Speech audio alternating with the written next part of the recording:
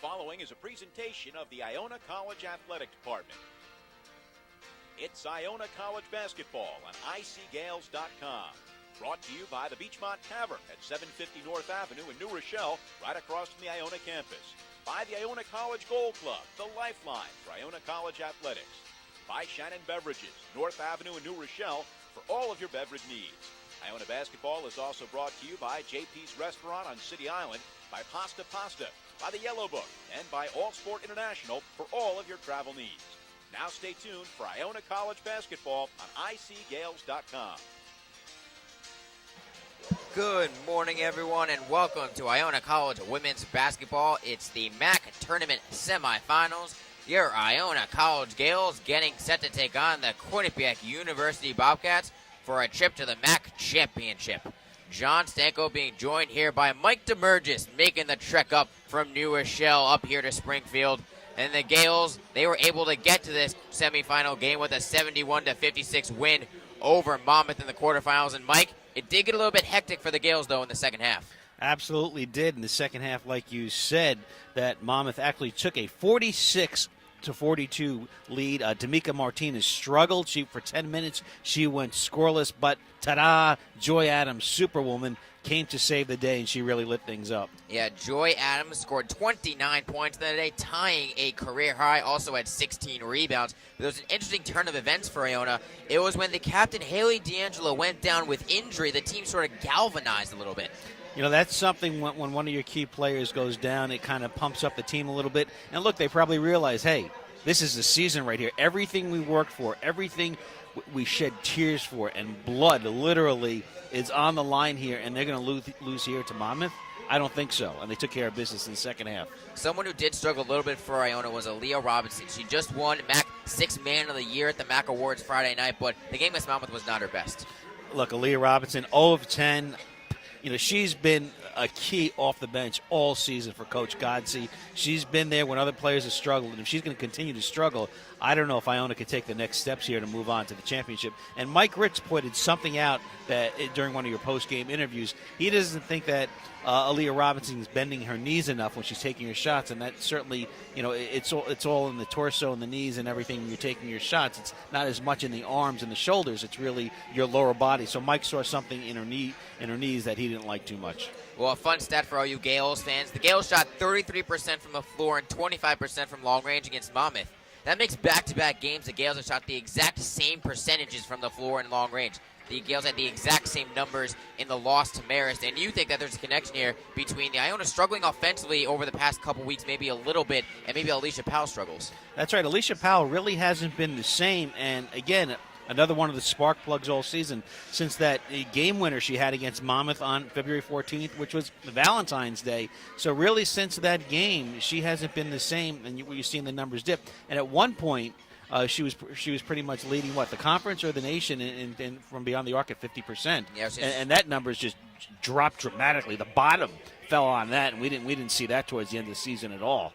Well, we'll take a short break here on icgales.com. I sat down with sophomore forward Joy Adams and head coach Billy Gotti to talk about the win over Monmouth and preview the semifinal matchup between your Iona Gales and the Quinnipiac Bobcats. Tip-off set for 11 a.m. here from the Mass Mutual Center. The Iona College Goal Club is an association of dedicated friends and alumni who support Gale athletic programs. Annual membership provides the needed academic support services, equipment, and facility upgrades for their student athletes. For more information on the Goal Club, call the Goal Club office at 914-633-2071 or visit on the web at icgales.com. That's www.icgales.com. The Iona College Goal Club, the lifeline for Iona College athletics. It's the semifinals, and John Stanko here with sophomore forward Joy Adams. Joy, in the quarterfinals, your team beat Monmouth 71-56, due in large part to your fantastic performance. You had a tied career high with 29 points. What was working for you out there on the floor? Just basically doing what I do best, bring energy to the team, getting rebounds and being able to put them back up. I mean, I got a ton of offensive rebounds, so I was just, when I got it, it's either I go up or look out for my teammates. Yeah, 8 offensive rebounds for you, and you came in basically midway through the second half. You came in with 3 personal fouls, and the team was in a bit of a rut, but you came and provided an instant spark. What was your mindset going out into the floor? What did it feel like to know that you were the one who pushed Iona over the top? I know that at the point my team needed me. They needed me to do what I need to do, like as far as bringing energy, coming out, rebounding the ball, and get us going. Also, Haley D'Angelo, your captain, the redshirt senior, went down on the floor with injury, and then Coach Godsey said that kind of pushed you a little bit and made you compete even harder. It does, because Haley is a person that I love, and when I see someone that's hurt that I love, I just need to go out and protect them. Also, Coach Godsey said that when Haley came back from the locker room after getting her eye bandaged up, she immediately pulled the players aside and gave them a message. What was that message? The message was they basically punched Haley in the face, and we were, at the point of the game, we weren't playing as we should, and then I think at the point they got the lead, and it was like basically doing it for her because they hurt our teammate. Now we need to hurt them. Well, also now Friday night was the MAAC Awards ceremony, and you saw 2 of your teammates take home awards and also your head coach take home awards. What was that whole experience like at the Hall of Fame? I mean, it was a great experience knowing that it's Iona takeover. I'm happy for D'Amica. I'm proud of her. And Aaliyah, I'm proud of her too. Like, I'm really happy. It just shows that we have a talented team, and I'm proud of Coach too. Like, she came in here and she got us all together, and we're here successful so far. What do you think of Aaliyah Robinson's speech at the Hall of Fame? That was pretty funny, right? Yeah, it's pretty funny. She's nervous, so she don't really talk that much, but it was a shocking experience for her, and I'm happy for her. Now, today's game is against the Quinnipiac Bobcats, a team you guys have beaten twice, but both competitive games. What are you looking for in today's matchup? I'm just looking forward to going out there, playing our game, playing with my teammates, and having this opportunity. Like, you can't take anything for granted, so you just need to do what we need to do to get this win today. You have, frankly, dominated the Quinnipiac Bobcats thus far in your career in 2 games, averaging over 20 points per game and over 15 rebounds per game. What do you enjoy playing the Bobcats? I just bring energy. When I have energy, anything is possible. I'm working extremely hard, and I think I'm just go to another level when I play against them. What's it like to play against Brittany McQuain, a very good forward down low for Quinnipiac? She's really good. I mean, she's one of the best center in this league. I know it's going to be tough playing against her today because she's a senior, and I know she's not going to want to go home, but we're just going to have to pull it out. You're a sophomore now, your freshman year, the team made the MAAC championship, and now you have a chance your first 2 years at Iona to get to back-to-back MAAC championship games. What would that mean, and what's the key to get into that game tomorrow? It would mean everything. Like, I know I'm doing it for my teammates, I'm doing it for myself, and we want this, and we need to prove that we're the best team in this MAAC, and in order to get to the MAAC championship, we have to go through Quinnipiac. All right, Joy, good luck today. Thank you. The House of Sports is Westchester's premier youth sports training facility, specializing in skill-based teaching and coaching. The House of Sports focuses on basketball, lacrosse, baseball, and performance training. Their 120,000 square foot facility is located in Ardsley, New York, which is just minutes away from Manhattan, Northern New Jersey, and Connecticut. Be sure to visit their website at www.houseofsportsny.com or give them a call today at 914-479-5419. John Cyber here with MAAC Head Coach of the Year. Before we get to any of the games, I have to ask you, Friday night you won the award, voted on by your peers. You won Coach of the Year. How did that feel going up onto that stage?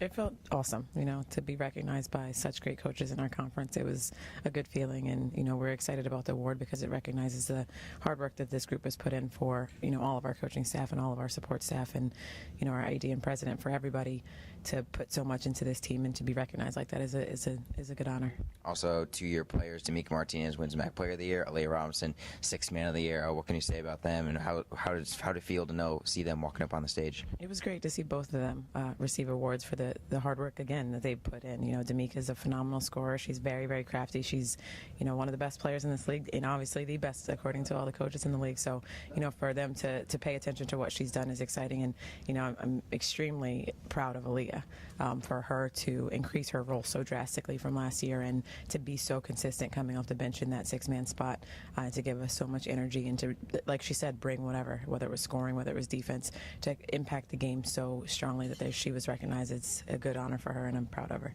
Now back to the games. In the quarterfinals, you guys beat Monmouth by 15. Got a little bit scary in the second half. You guys pulled away late. What were some of your thoughts when the buzzer sounded? We expected it to be a good game. We expected Monmouth to come out and fight. Every game this year, that's what they've shown, that, even though when they're down, they, fight as hard as they can to try to stay in the game and claw and pick at every single point to try to get back there. So we expected it to be a good one.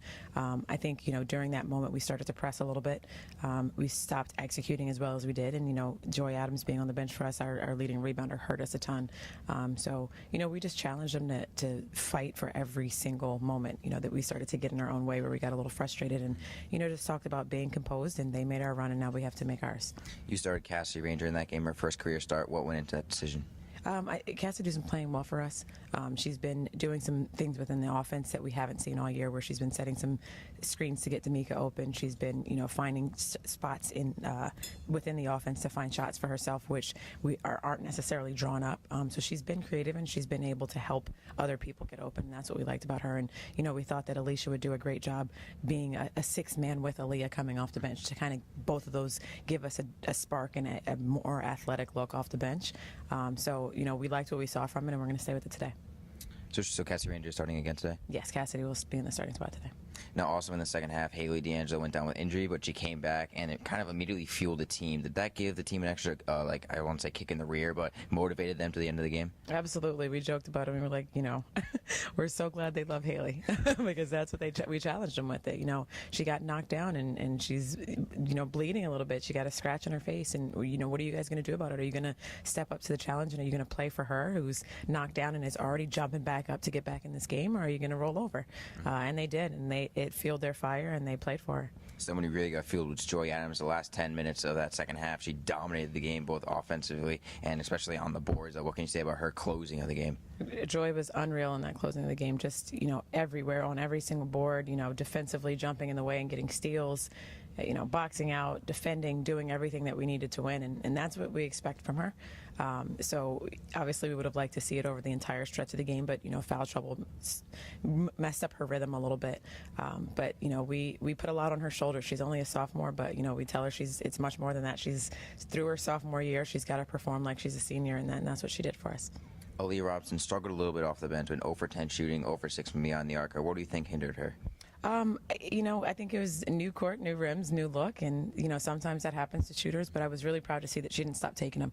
I'd hate to see her miss 3 and then that will be 0 for 3 for the night. She was open. She took good shots. She didn't force any shots. But I did like that she got a few assists right there in the end in that run. She found a way to get her teammates open and drop the ball down to them. So I want to continue to see her shoot with confidence today, and then continue to make those passes that helped us get the win.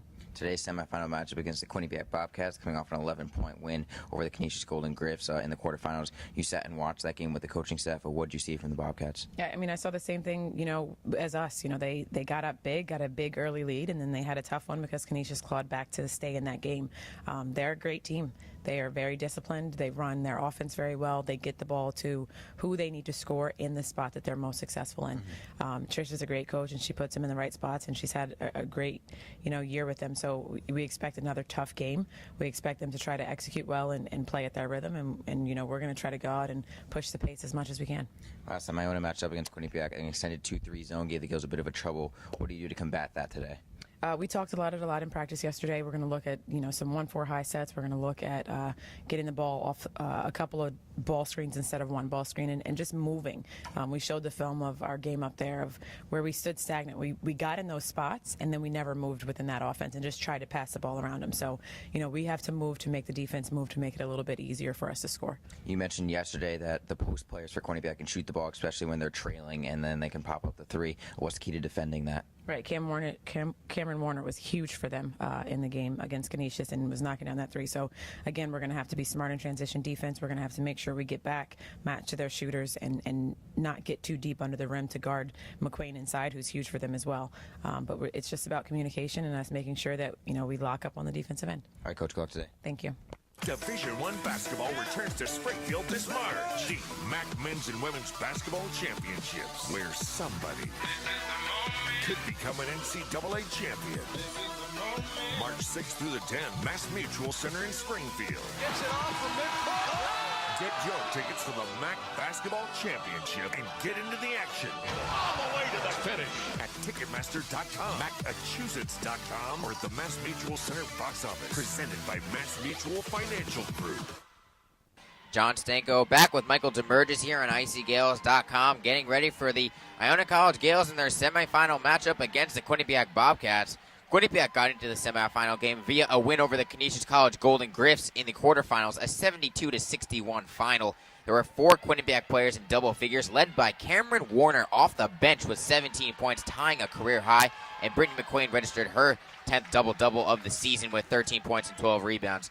The first half is where the Bobcats really pulled away from Canisius, outscoring the Griffs 44-21, shooting 58% in the opening 20 minutes. And overall, Quinnipiac shot 48% from the floor, out-rebounded the Griffs by 14, and forced 17 turnovers. So, Mike, the Quinnipiac Bobcats dominated Canisius, but Iona has defeated this talented team twice earlier on this season. That's right, 95-86 at home. Joy Adams, 29 points and 19 rebounds. D'Amica Martinez chimed in with her 21 points. Alicia Powell, 20, and Haley D'Angelo with 9 assists. At the game and on the road at Quinnipiac, Iona won 80-72. It was her 25th win of the year. Martinez again with 20 points. Aaliyah Robinson with 18. Joy Adams, once again, 14 points and 18 boards. But the thing Iona has to watch out for, Brittany McQueen scored 23 and 26 points respectively in both games, and also had a total of 19 rebounds for Iona this year.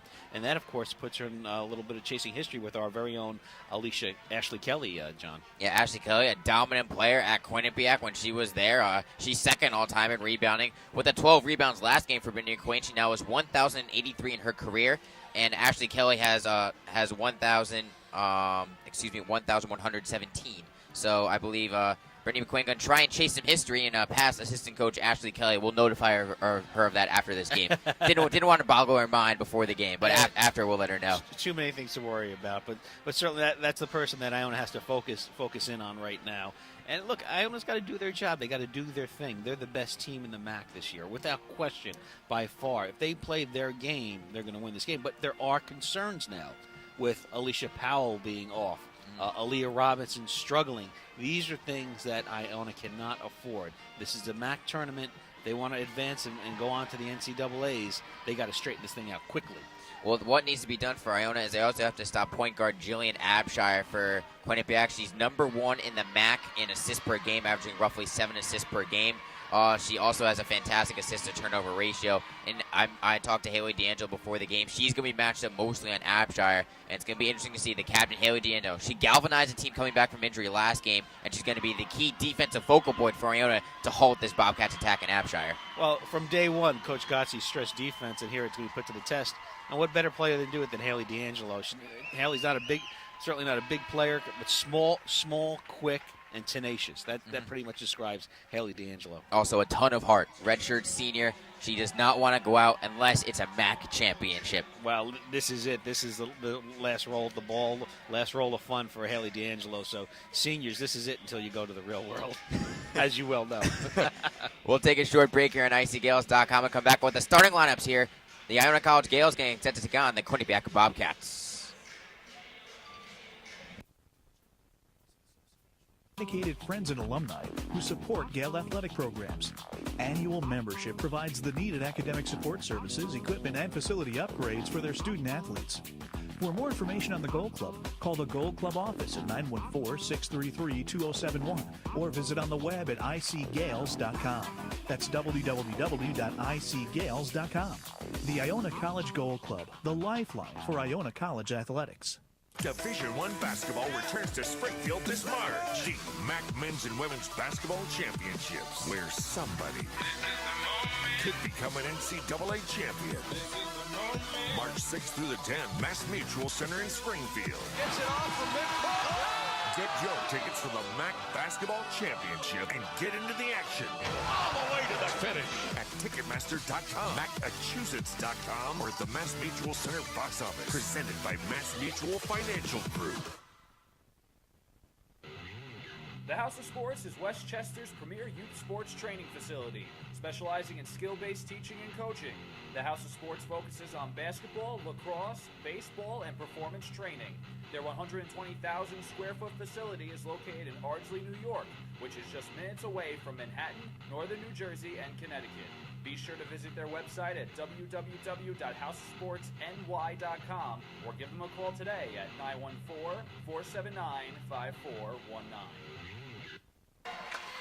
All right, there's our national anthem, John. Mike DeMurgis and John Stenko here at the Mass Mutual Center, the MAAC tournament, as the Gales just moments away, tip-off moments away against the Quinnipiac Bobcats. John, and let's look at the starting lineups first off. For the Bobcats, we have a surprise move. Ellen Cannon will not be starting, as Maria Napolitano will get the start there, so that's kind of a surprise. And Maria Napolitano did not start in the quarterfinal game against Canisius, though she started most of the end of the regular season, so a little bit of strategy from head coach Richard Fabry of Quinnipiac. Moving along, Jillian Abshire gets a start for the Bobcats. Jillian Abshire, junior guard from Washington, D.C. She currently is just 6 assists away from tying the Bobcats' single-season assist record. Samantha Guastella. Stella.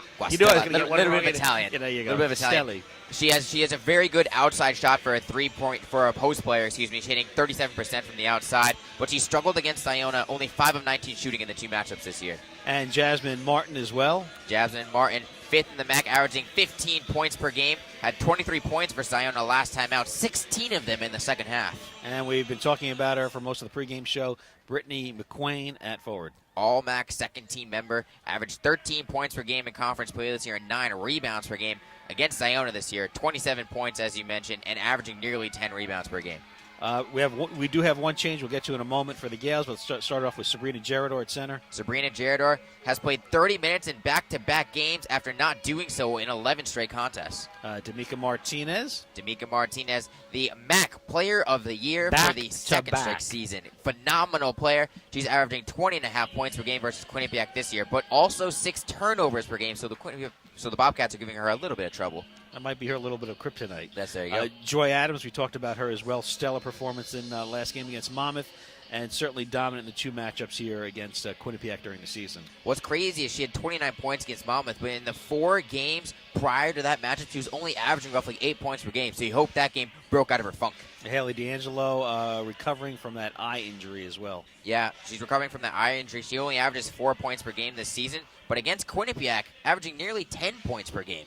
Nice stat there, John. You're welcome. And Alicia Powell, we talked about her struggles, really hasn't been the same since the game-winning shot against Monmouth. And Coach Godsey is rolling the dice here, making a switch. Cassie Ranger, for the second straight game, will be in the starting lineups. The sophomore from Chandler, Arizona.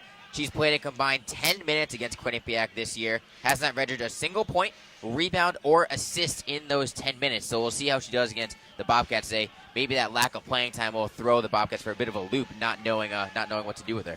Well, here it is. You had all season long, all preseason. You talk the talk. This is where you want to be. You're on your way to the MAAC championship, hopefully for Iona and Coach Godsey, of course, Coach of the Year as well. First year here, there was a lot of talk about, how she was going to do in her first role as a head coaching job. Coach Pizzello did a great job with this crew. Took the team to the title game last year against Marist. Was really no match in all honesty. Thought is this year that the Gales might be ready for Marist. Well, I mean, what can we say about head coach Billy Godsey? 25 wins in her first season, a program record, unbelievable. And what a day for Iona Friday night. The Gales take home 4 combined awards. Can't forget Coach Cruz on the men's side also took home Coach of the Year as well. So it was a great day to be a Gale on Friday. And a nice contract, too, for Coach Kluse. That's right, and a very nice contract as well. Yeah, you talk about the basketball programs. Probably, if you combine the two, might be the best of all time in Iona with the Gales now. 4 years in a row winning 20 games under Coach Kluse. On the doorstep again for a third straight appearance in the NCAAs, so things are looking good for the basketball teams. Look, it's still a long way to go. Still got to win a couple more games, but they advanced at least. So, and I own the men's team looked terrific in their win yesterday. Yeah, the men's team, they did 94-71 over Ryder. And frankly, Quinnipiac in their first half against Canisius turned back to the women's side in the quarterfinals. They simply dominated the Griffs. Watching that game, it was as if it was a high school team versus a middle school team. It wasn't even fair. And that win also for Quinnipiac gave them 20 on the season, making it the third consecutive year that they've reached that plateau. So Coach Trisha Fabry, she reeks of success and consistency. And this Quinnipiac team is going to give Iona a really big challenge today. Oh, they're going to give them a challenge, but Coach Gotzi doesn't want to hear about any consistency or any, career that the Quinnipiac coach might have had. This is today, and this is about what she's been driving for all year long, when she talked to her players about. And right now, players are right at the court there, gathering around. Both teams actually doing a little song and dance and trying to pump themselves up. Do you ever do any song and dances before any shows? No. I will None of your radio now, shows? Never. Though? I will never be singing or dancing to pump myself up. that will not happen. My girlfriend won't allow it. Jacqueline Shearer, everybody. Those of you that don't know. Tip-off is just moments away here from the Mass Mutual Center. The Iona College Gales trying to get to the MAAC championship for back-to-back seasons. The last time the Gales did that was under Coach Bizzell in the 06-07 year and then the 07-08 year. And obviously both those games were against Marist. Unfortunately, both were losses. Iona is going to be in their home white uniforms, which they will be throughout the tournament. They got the maroon lettering and maroon numbering and a maroon stripe down the side of the shorts. Quinnipiac is in their road navy blues with a gold stripe down the shorts, gold numbering, and white lettering for the names on the back of the jerseys for the Bobcats. And we're up top, which we normally are not. We're usually courtside, so a little different vantage point as well. It's a nice little hockey view. A little bit of a hockey view here, you're right. Baseball view, kind of like behind home plate. Certainly a different perspective as well. As the Gales get ready and wait for Quinnipiac to come out of their huddle. And we're just seconds away here as the Gales of Quinnipiac are ready for tip-off. The officials for today are Kathy Lonergan, Kevin Ruin, and Gary Schimmel. And the tip is up. The tip is won by the Bobcats. Abshire has it, and she swings it around to Martin on the left side. Then down low, Guastalla is left wide open, and not a good way to start if you're Iona. Someone left wide open for an easy layup. And nobody was home for the Gales there. I don't know where Sabrina Gerador was. Now D'Angelo for Iona dribbles it around to the right side. Swinging over now to the top of the key. Rangers set to screens. D'Angelo still has the ball. Now Adams on the left wing, being guarded by Guastalla of Quinnipiac. Now Adams driving right side, puts up a layup. It's good over McQuain. Adams showing her athletic ability there with the drive and the lay-in. D'Angelo picking up Abshire early on, trying to restrict her vision, moving down the course. Now it's Guastalla on the right side. Now it's to Martin driving baseline for Quinnipiac. Dishes it down low to McQuain. Puts up a shot, and the foul is going to be called. Yeah, Ranger? Ranger and Martinez were in the vicinity, and the foul is going to go on to Mika Martinez.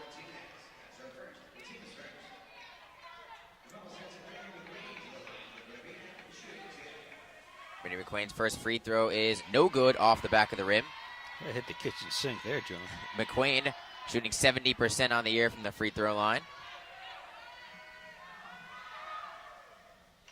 And the second one is good for the forward. Bobcats lead 3-2 early on here, just 45 seconds in as D'Angelo dribbles right side. Martin's matched up on her.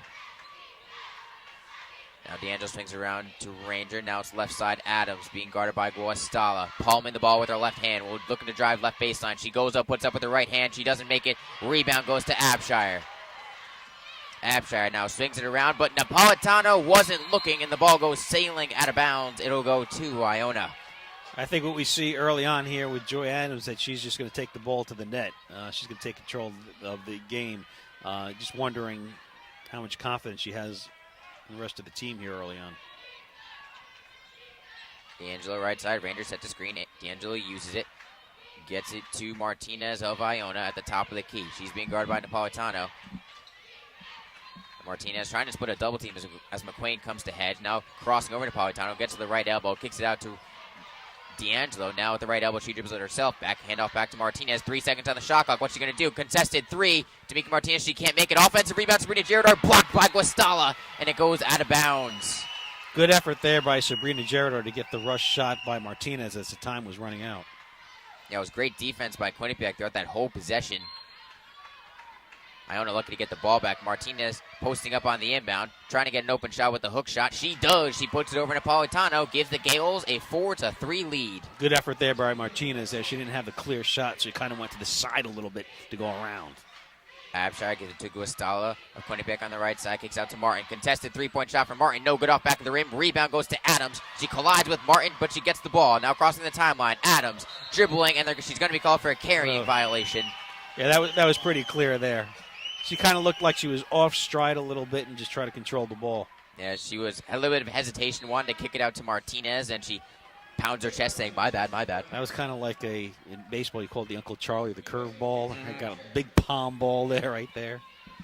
Dwight Gooden was awesome curveball when he first came up in the 80s. Now Abshire driving right side on D'Angelo. They're going to call a foul on Haley D'Angelo. It's going to be the second team foul on Iona. Refs are calling it early here. Aaliyah Robinson is checked into the game, replacing Cassidy Ranger. As Abshire looking to inbound it on the baseline. Gets into Guastalla, posting up on Robinson. Drives toward the right block. Shot is no good off front of the rim. Robinson with the rebound for Iona. Kicks out to Martinez, now being guarded by Martin on the right wing. Looking to drive baseline, kicks it back out.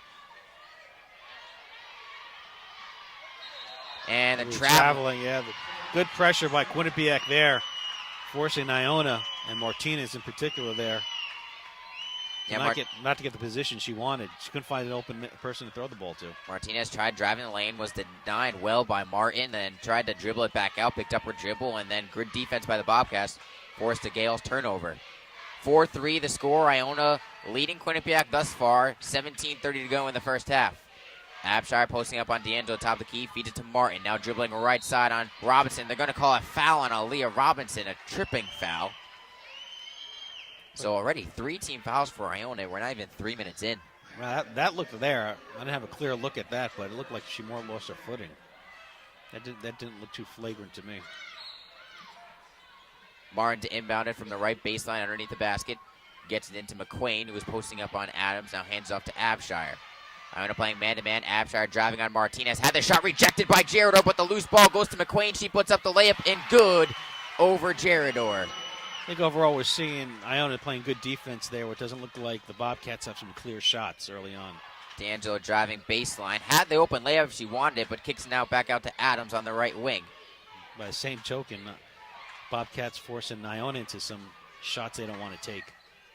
D'Angelo from the top of the key for 3. Shot was rejected by Abshire. Loose ball goes to McQuain. She tips it forward to Abshire. Looking to go up strong. She misses the layup. And McQuain slapped that ball back.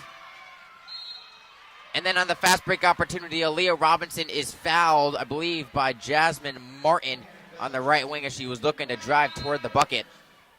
That was a great play by McQuain. Didn't try corralling, instead passed it back, right back like a volleyball set. Yeah. That same formation, just passing it forward to Abshire, but Abshire couldn't convert on the fast break. So I think what we're seeing here early on is it's going to be a defensive, chippy kind of game, John.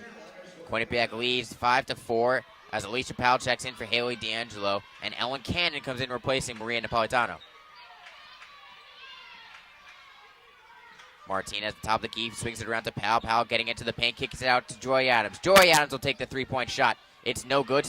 Offensive rebound, Girador for Iona. Good play by Girador as that ball bounced right off of the outer rim. She hands it off to Martinez. Doing a lot of ball handling right now. Kicks it back out to Alicia Powell from NBA range. Alicia Powell left short. Rebound goes to Guastalla. Now Abshire bringing it across the timeline for the Bobcats. Gets it to Cannon. Cannon had the open 3 to goes cross-court pass to Guastalla. She'll take it from NBA range. That's no good either. Joy Adams gets the rebound for the Gales.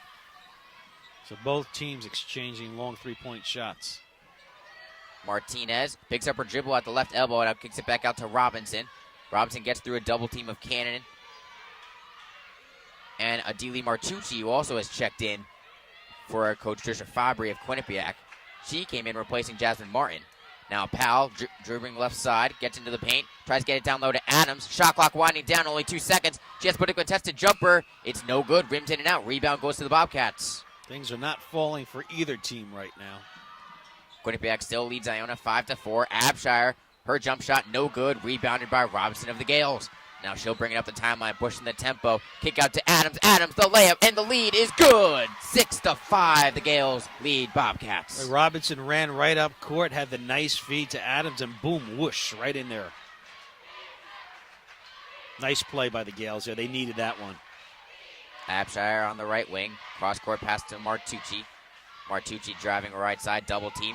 Kick back out. This is Cameron Warner, who checked in for the Bobcats at the last whistle. She missed the jumper, but the offensive rebound goes back to Quinnipiac. A lot of subbing early on for the Bobcats. Seemingly every whistle, new player entering the game. Keeping the legs fresh. This is Martucci driving right side. Shot rejected by Gerador, but they're going to call the foul. How is that a foul? Martinez didn't like it, hopped up and down. You gotta be kidding me.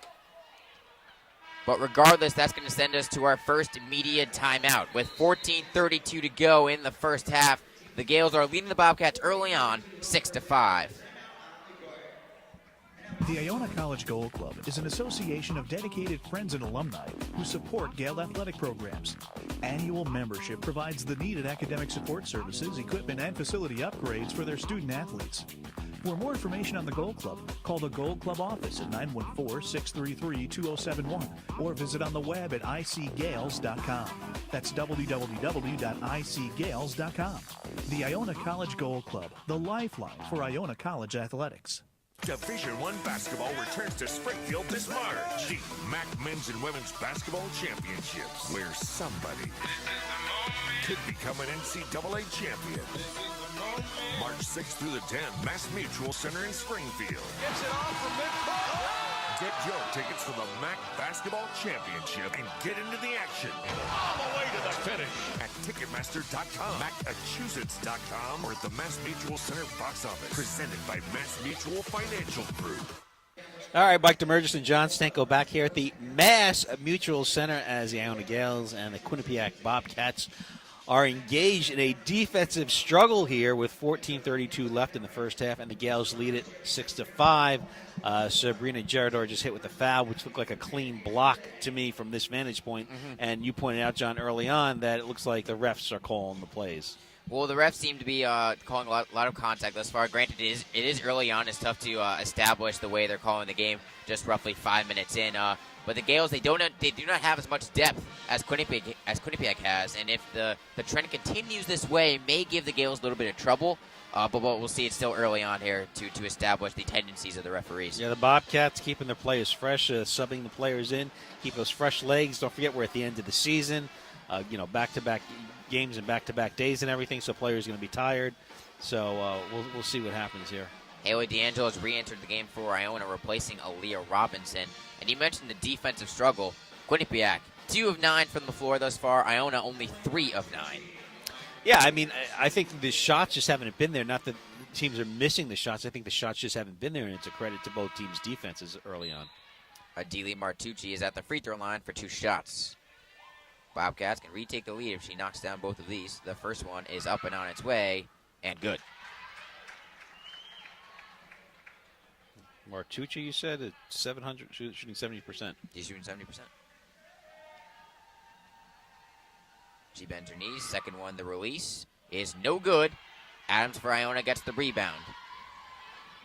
We are knotted up at 6, 14.5 minutes to go in the first half. D'Angelo driving right side. Great kick out to Powell for 3. Alicia Powell knocks it down. Well, you saw that coming. Alicia Powell was all alone in the corner of the court. Boom, right there. And it's a great way because Alicia Powell's got to get her A game back. Cannon looking to answer for the Bobcats. It's no good. Rebound goes to Adams. She takes it away from Martucci. The Gales in transition. Adams giving it to Powell on the right side. Kick out to D'Angelo. Oh, she wanted the three-point shot, but good closeout by the Bobcats. Now it's Adams driving left baseline. Jab step. Gets into lane. Shot was rejected. That was Warner with the rejection. Good defense by the Bobcats there. Adams didn't have the shot she was looking to get.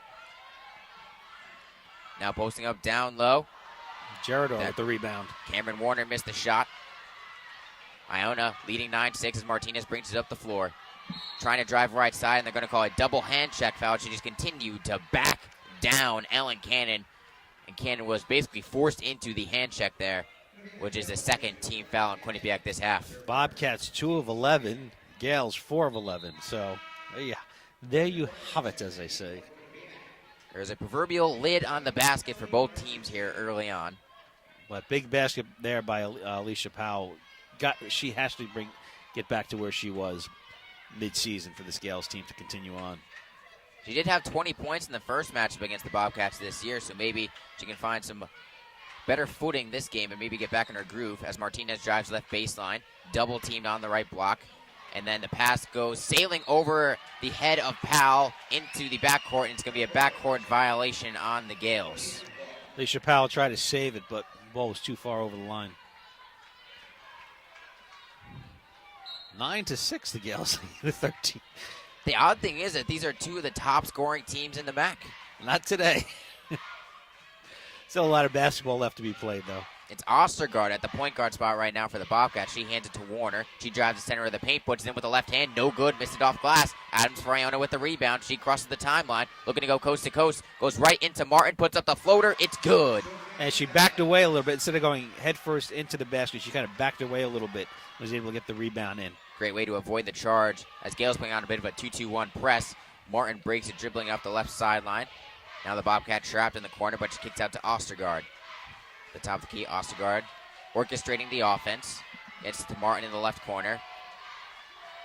Ostergaard now looking to drive on Powell. Jarador picks her up. She's double-teamed in the block. Kick out to Warner. 4 seconds on the shot clock. Martin has it on the right wing. She puts up a contested three. It's no good. Rebound goes to D'Angelo. 11-6, the Gales lead as D'Angelo brings it up the top of the key, gives it to Martinez. Her three-point shot, no good off the back of the rim. Offensive rebound goes to D'Angelo. She kicks it back out. New shot clock for Iona. That ball bounced right into D'Angelo, and easy play for her. And Tamika Martinez drives the left lane and draws a foul on Quinnipiac. The Bobcats 2 of 13 now. That, over 4 from three-point range. That foul goes on Ellen Cannon. That's her second personal foul. The senior guard out of Westchester, Pennsylvania. Not Westchester, New York, as we know.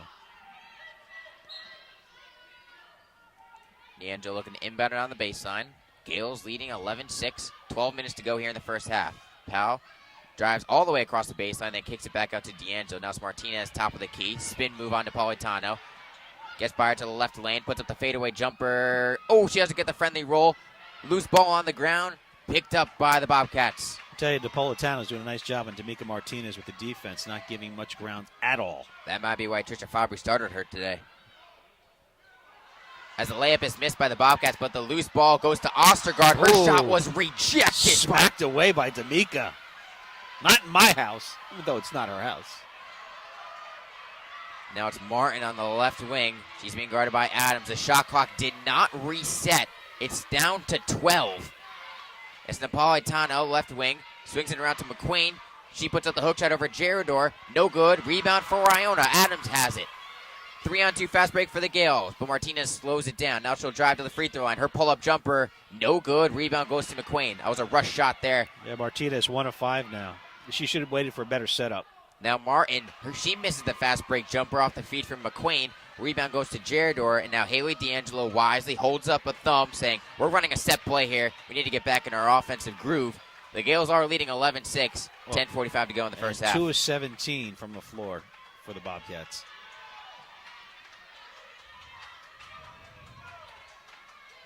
D'Angelo dribbling it a lot at the top of the key. Now she hands it off to Powell. Powell step back, long two-pointer. It's no good, rims it down. Offensive rebound, Jarador, but her shot's rejected by McQueen. McQueen doesn't have the points so far. We talked about that, only 3 so far, but making her defense, her presence with defense felt right there. I thought Jarador was going to get the shot in there, get the nice clear basket in, but McQueen said no. Ostergaard driving, spin move on D'Angelo. Her layup is no good, but the ball goes out of bounds off of Powell, so it'll stay with the Bobcats. Right, missed opportunity there. The Gales had the rebound. It just bounced around. The Bobcats haven't scored in over 4 minutes, and that has given Iona an 11-6 lead. We'll take a short break here with 10:09 left in the first half here on ICGales.com. Division I basketball returns to Springfield this March. The MAAC Men's and Women's Basketball Championships, where somebody could become an NCAA champion. March 6th through the 10th, Mass Mutual Center in Springfield. Gets it off from midcourt. Get your tickets for the MAAC Basketball Championship and get into the action. All the way to the finish. At Ticketmaster.com, Massachusetts.com, or at the Mass Mutual Center box office. Presented by Mass Mutual Financial Group. The House of Sports is Westchester's premier youth sports training facility, specializing in skill-based teaching and coaching. The House of Sports focuses on basketball, lacrosse, baseball, and performance training. Their 120,000 square foot facility is located in Ardsley, New York, which is just minutes away from Manhattan, Northern New Jersey, and Connecticut. Be sure to visit their website at www.houseofsportsny.com or give them a call today at 914-479-5419.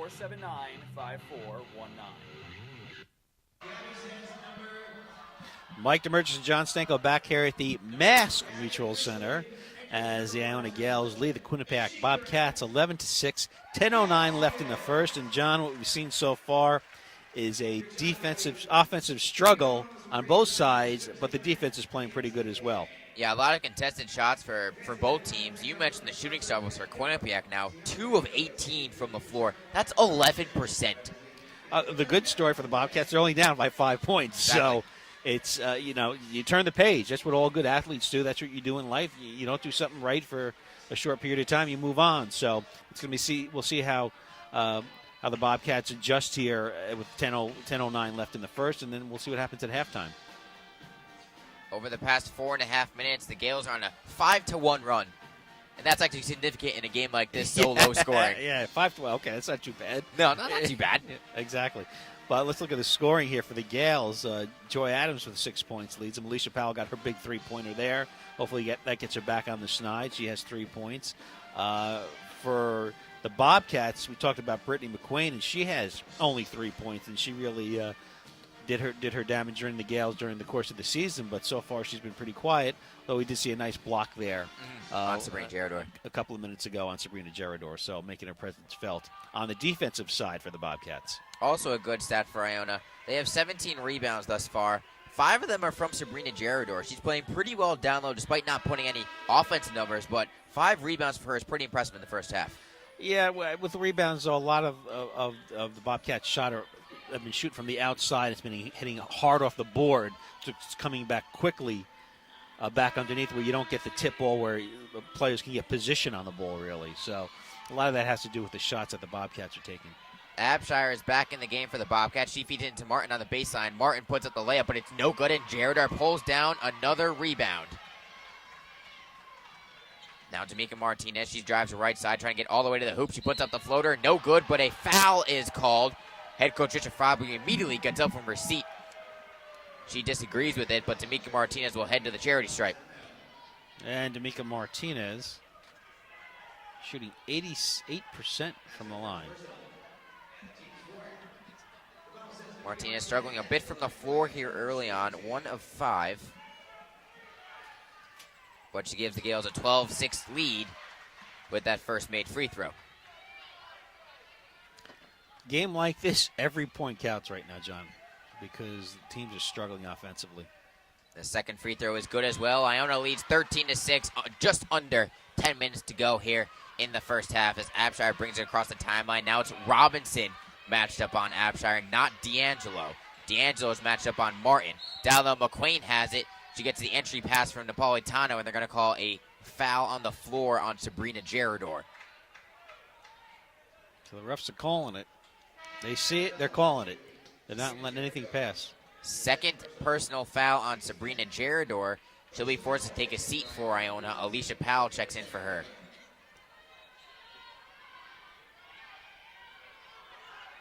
Now Leah Robinson, she's back matched up on Jasmine Martin. Martin feeds it to Guastalla of Quinnipiac. She gives the entry pass to McQuain down low. McQuain's jumper, though, is no good. She gets her own offensive rebound, and she lays it in. Ends the scoring drought for Quinnipiac. Now they're 3 of 20. 3 of 21. I'm sorry. Stand for corrected. Quinnipiac had missed their last 11 shots as Powell now has it in the left corner. Driving baseline, double T by McQuain and Abshire. Kick out to Robinson for 3. Oh, she doesn't get the bounce. Rebound goes to Martin of the Bobcats. She hands it off to Abshire on the outlet pass. Now to Politano in the right corner. McQueen posting up on Adams down low. She has good position. She gets the feed from Martin, and she lays it in. Yeah, she had a little bit of a clear path there underneath. No one was home for Iona. 13 to 10 the score now. Iona leading the Bobcats. However, Quinnipiac seems to have ended their offensive woes here just for the moment with McQueen getting the ball in both possessions. Now Martinez puts up a jumper off the backboard. She banks it in, and just like that, Iona back up by 5.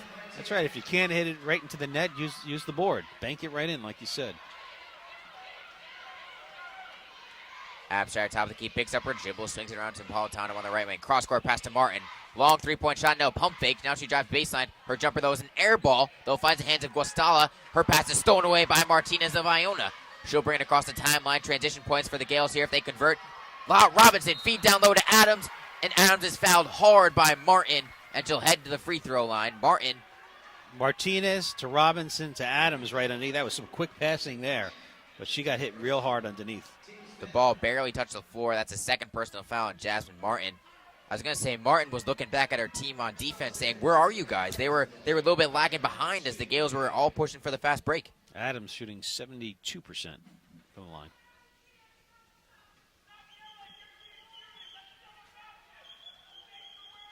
The first free throw is up and on its way and good. And you might hear some voices in the sparse crowd here. There are a lot of Marist fans here already watching this game. Their semifinal game is up after this one. They play the Rider Bronx, who upset the Fairfield Stags in the quarterfinals. As Adams' second free throw is no good. Abshire with the rebound. The Gales lead 16 to 10 as the junior point guard brings it across the timeline for the Bobcats. Now it's Politano. She got the feed from Abshire. She looked to get it down low to Guastalla, but it was kicked out of bounds by Martinez. Picked up by some of our Iona cheerleaders.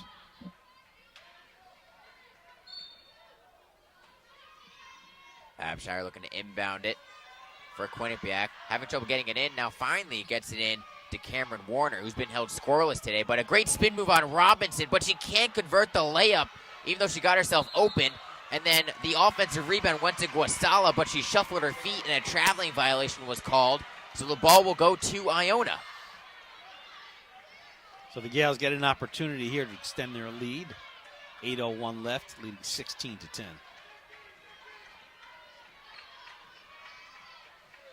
Quinnipiac in a man-to-man defense, they really gave the Gales some problems with a 2-3 zone, but they played mainly man-to-man here in the first half.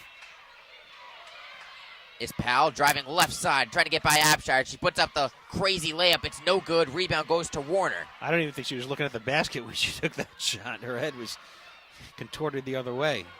Now Abshire fed cross-court pass to Warner. It goes off of Warner's foot. No, they're going to say it went off of Robinson's hand as she was looking to get the steal and start the fast break. Good hustle there by Robinson, though, to try and make a play happen. That'll bring us to immediate timeout with 7:29 to go in the first half. The Gales hold a 6-point edge over the Bobcats, 16 to 10. Let's all go to the Beachmont. Come in and see what we're all about. For years, the Beachmont has been all about you. Great dining, great atmosphere, and has been a meeting place where the entire Iona community gathers. The Beachmont Tavern at 750 North Avenue in New Rochelle, right across the street from Iona, has always been the first choice for Gale fans before and after each game. We are open 7 days a week for lunch or dinner and is a fun place to be any hour of the day. Mondays are half-price wing nights at the Beachmont. Enjoy the best buffalo wings in town, along with half off of domestic pitchers. Tuesday is a 2-for-1 night with domestic bottles and appetizers. Wednesday, enjoy our great burgers, half-priced as well, along with $3 domestic bottles. Friday is happy hour, so come in and enjoy some complimentary wings. If you're planning a get-together at the Beachmont, they have a private room available for your party. Or if you're having it at home, let the Beachmont cater it. The Beachmont is more than just a restaurant, it's a meeting place for sports fans. Watch the big game on one of our large TVs. The Beachmont has the NFL's Sunday Ticket. Bring in a ticket stub from any Iona game and receive a free half-dozen Beachmont wings. That's the Beachmont Tavern, 750 North Avenue in New Rochelle. We look forward to seeing you there. Mike DeMurgis and John Senko back here at the Mass Mutual Center. You're not used to saying that. No, I am not. Where the Gales lead the Quinnipiac Bobcats 16-10, 7:29 left here in the first half, and certainly a defensive game so far. But the Gales, have to really weather the storm here, as Gerador had to take a seat because of her personal fouls, John. 2 personal fouls for Sabrina Gerador. She's playing really well. She's doing well on McQueen. And once Gerador went out with those fouls, McQueen got 4 quick points. So you got to look at that. McQueen now with 7 points on the game. Gerador also had 6 rebounds in her minutes as well. So the Gales got to weather the storm with her on the bench for a short time. As down low, it's Warner posting up on Ranger, who entered the game for Iona, and Warner's left-handed layup is good.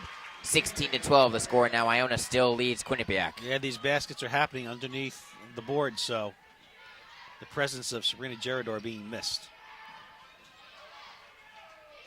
Martinez on the right wing, double team by Napolitano and Abshire. She swings it around to D'Angelo.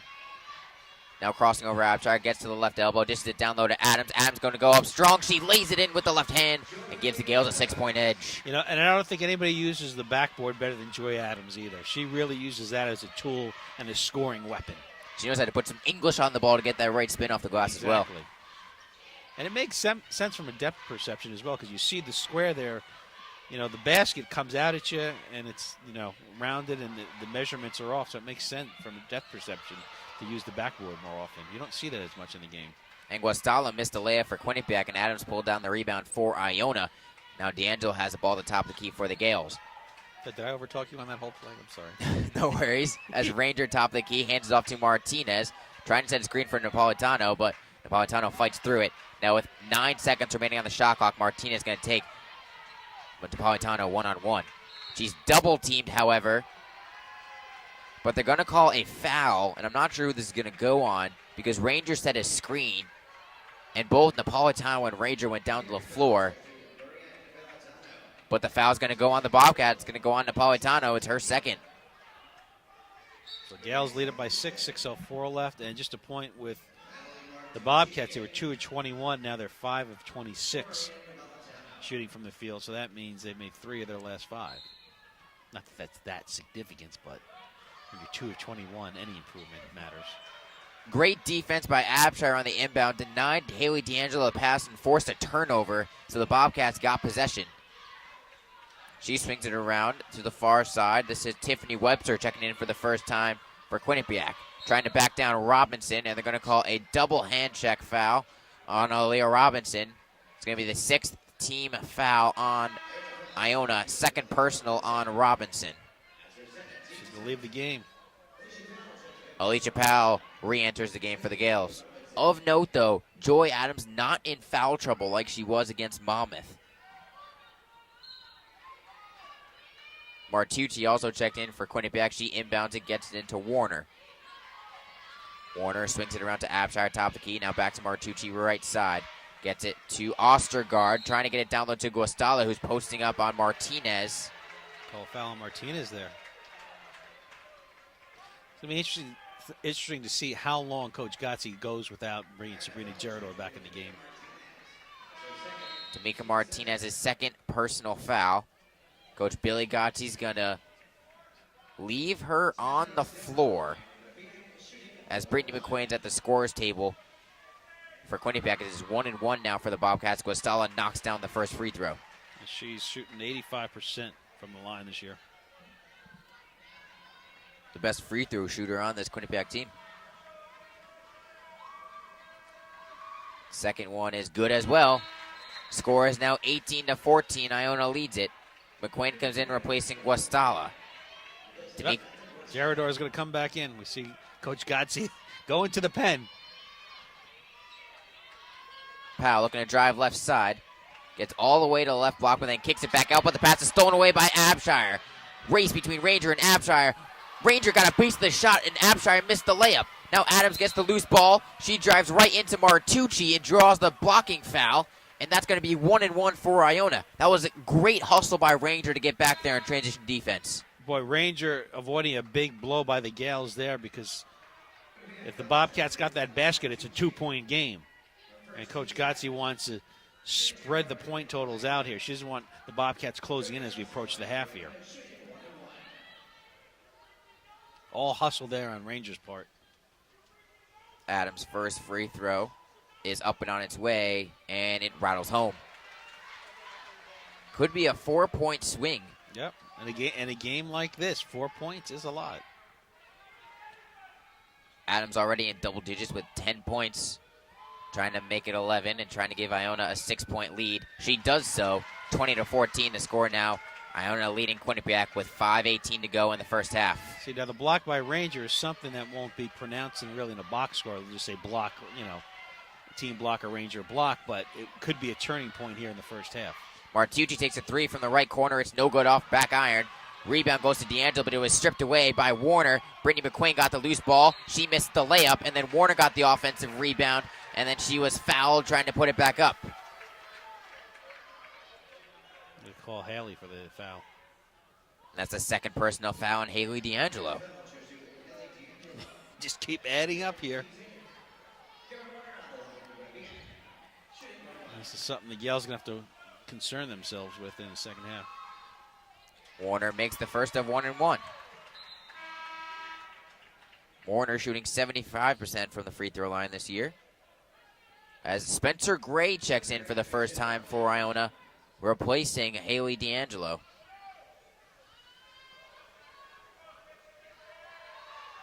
Warner's second free throw is good as well. 20-16 now the score, just under 5 minutes to go here in the opening 20 minutes.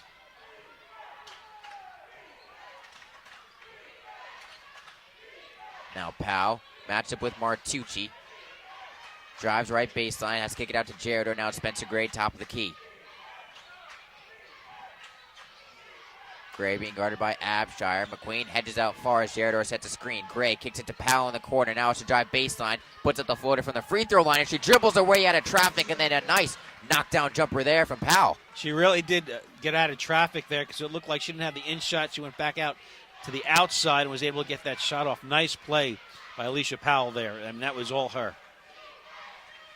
22-16 the score. Iona leads it. Abshire on the right wing trying to orchestrate the offense of the Bobcats, which has picked up the pace here in the last 5 minutes or so as the score has started to increase and the offense is starting to get a little bit more smooth for both squads. And as I say that, it's Nicoline Ostergaard driving all the way to the hoop and laying it in for Quinnipiac.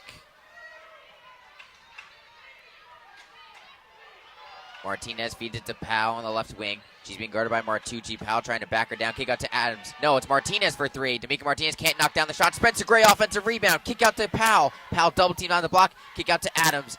Adams wanted the NBA range three, but instead just take the pull-up jumper. It's no good off back iron. Rebound goes to Abshire. Good hustle there by Gray to keep that play alive and give Iona another shot, but Martinez struggling. Only 6 points and 2 of 7. And Abshire was trying to push the tempo. Powell got in her way, and it's going to be a blocking foul on Alicia Powell.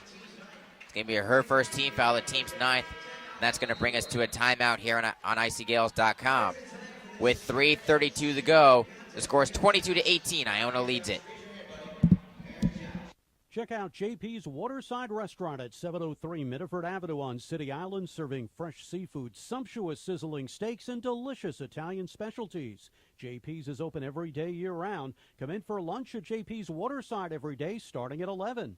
Don't forget about us for catering all your special occasions either. Walk-ins and reservations are accepted. That's JP's Waterside Restaurant at 703 Mitterford Avenue right there on City Island. Give us a call at 718-885-3364. That's JP's Waterside Restaurant on City Island. Division I basketball returns to Springfield this March. The MAAC Men's and Women's Basketball Championships, where somebody could become an NCAA champion. March 6th through the 10th, Mass Mutual Center in Springfield. Gets it off from midcourt. Get your tickets for the MAAC Basketball Championship and get into the action. All the way to the finish. At Ticketmaster.com, Massachusetts.com, or at the Mass Mutual Center box office. Presented by Mass Mutual Financial Group. Mike DeMurgis and John Stenko back here at the Mass Mutual Center as the Iona Gales lead the Quinnipiac Bobcats 22-18 with 3:32 left in the first half. And John, so far it's been a offensive struggle and a defensive gem, maybe you might say, a little bit of both, maybe A little bit of both. So as both teams struggled early on, things picking up a little bit here. A lot has to do with Sabrina Gerador getting into foul trouble. Coach Gotze had a bencher, so that enabled the Bobcats to get some points and get some shots off. At one point, they were 2 of 21. Now they're 6 of 30. Nothing to scream or be proud about. However, they have clawed their way back into the game, so to speak. Bobcats shooting 20% on the day. For Iona, they're being led by Joy Adams, 11 points and 9 rebounds.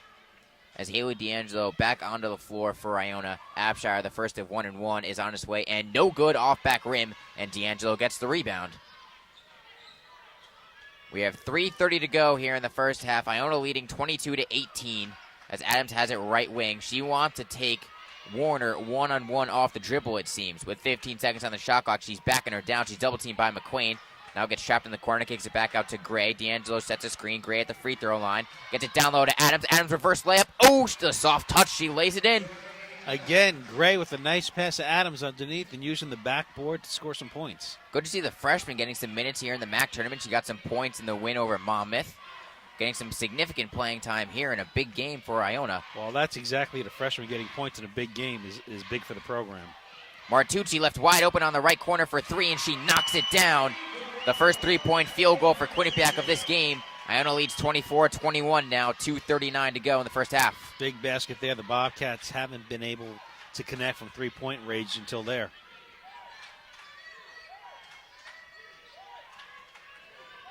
Powell, top of the key, taking Abshire off the dribble, kicks out to D'Angelo, now gets to Adams in the right corner. Quinnipiac back in this 2-3 zone. Adams has her dribble stolen away by Abshire. She kicks it to Martucci, who drives baseline on Powell, tries to kick it out to the far corner to Ostergaard, who's now backing down on D'Angelo. Kick back out to Martucci to the right elbow, kicks it back out to Warner for three. That doesn't fall, and Sabrina Gerador gets the rebound.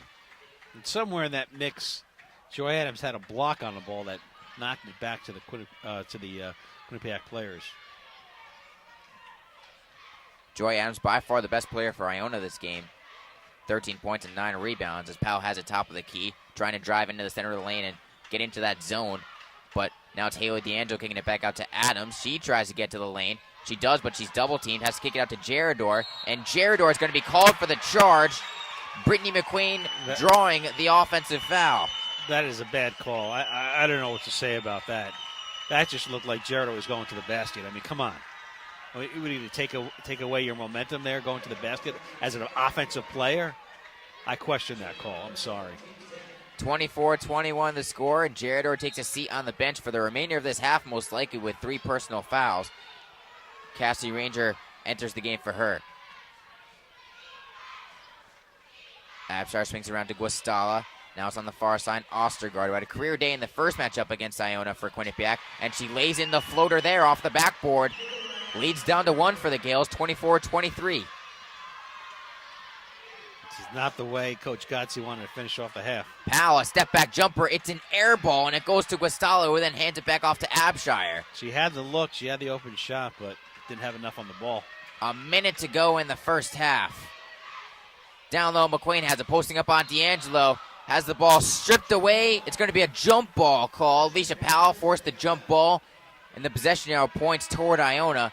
D'Amica Martinez re-enters the game for the Gales, replacing Spencer Gray. That was a big jump ball forced there by Powell. Quinnipiac could have taken the lead. But Iona still This game is too close for comfort right now for Coach Gotze. And she doesn't have all her weapons on the court. Iona still leads 24-23. 40 seconds remaining in the first half as Martinez right at the top of the key, crossing over both Abshire and Ostergaard. She gets into the paint. She puts up the floater, the soft touch. Oh, she doesn't get the roll. Rebound goes to Joy Adams, though. She puts up the fadeaway jumper. It is no good off the glass. Rebound goes to Guastalla, but she's double-teamed, and she's forced to call a timeout with 24.4 seconds remaining in the half. Look, we talked about it in the pregame that Joy Adams was a star last game. Pretty much dominated the 2 previous games against Quinnipiac. And the Gales needed something more from Alicia Powell and, of course, Aaliyah Robinson. And, Powell got the basket early on, three-pointer, but got to get some more. Got to get some more points. Powell's got 5 points. D'Amica Martinez only 2 of 8 with 6 points. The good thing about D'Amica Martinez, and we saw it all year, she might struggle, quote-unquote, for a half, but in the second half, there's no keeping her down a full game. So maybe D'Amica could light things up here in the second half. I'm sure that's what Coach Gotzi's counting on. But the concern now is the foul trouble that's going on, especially with Sabrina Gerador with 3. Haley D'Angelo with 2 as well, along with D'Amica Martinez.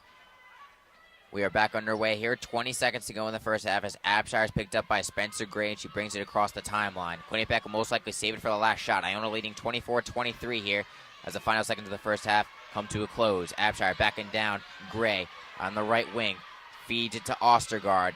She's being left open for 3, but she drives baseline, and they're going to call a hand check foul. The entire Iona bench raises their hands questioning the call, but it's going to be double bonus for Quinnipiac. And Ostergaard's going to go to the free throw line with a chance to give the Bobcats the lead heading into halftime. Ostergaard is shooting 57% on the season.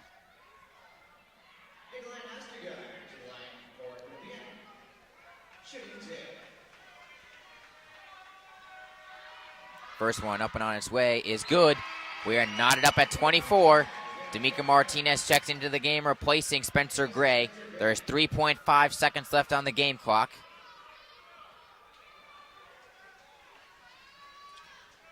Coach Gotzi's got to be beside herself right now. Warner's second free throw's no good. McQueen offensive rebound. She puts it up at the buzzer. It's no good. And Adams gets the ball as the buzzer sounds and will head to the halftime break, knotted up at 24. It could have been worse. They could have been down 2 points, I guess. But Iona's got to bring in their A game if they want to pull this one out, because they're definitely not bringing it right now.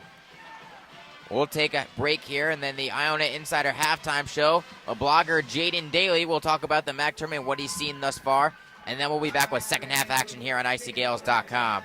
As we head to halftime, the score is knotted up 24-24. Go like Iona goes. All Sports International in Yorktown Heights is more than just a travel agency. It's a full-service provider for all of your travel needs. Whether you are 1, 2, or a team, All Sports International agents are trained to negotiate the lowest airfares.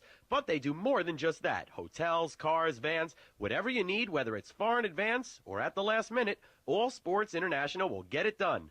You worry about yourself, they'll take care of the rest. Individual or group, business or pleasure, close or far away. The folks at All Sports International will do it all at the lowest possible cost to you.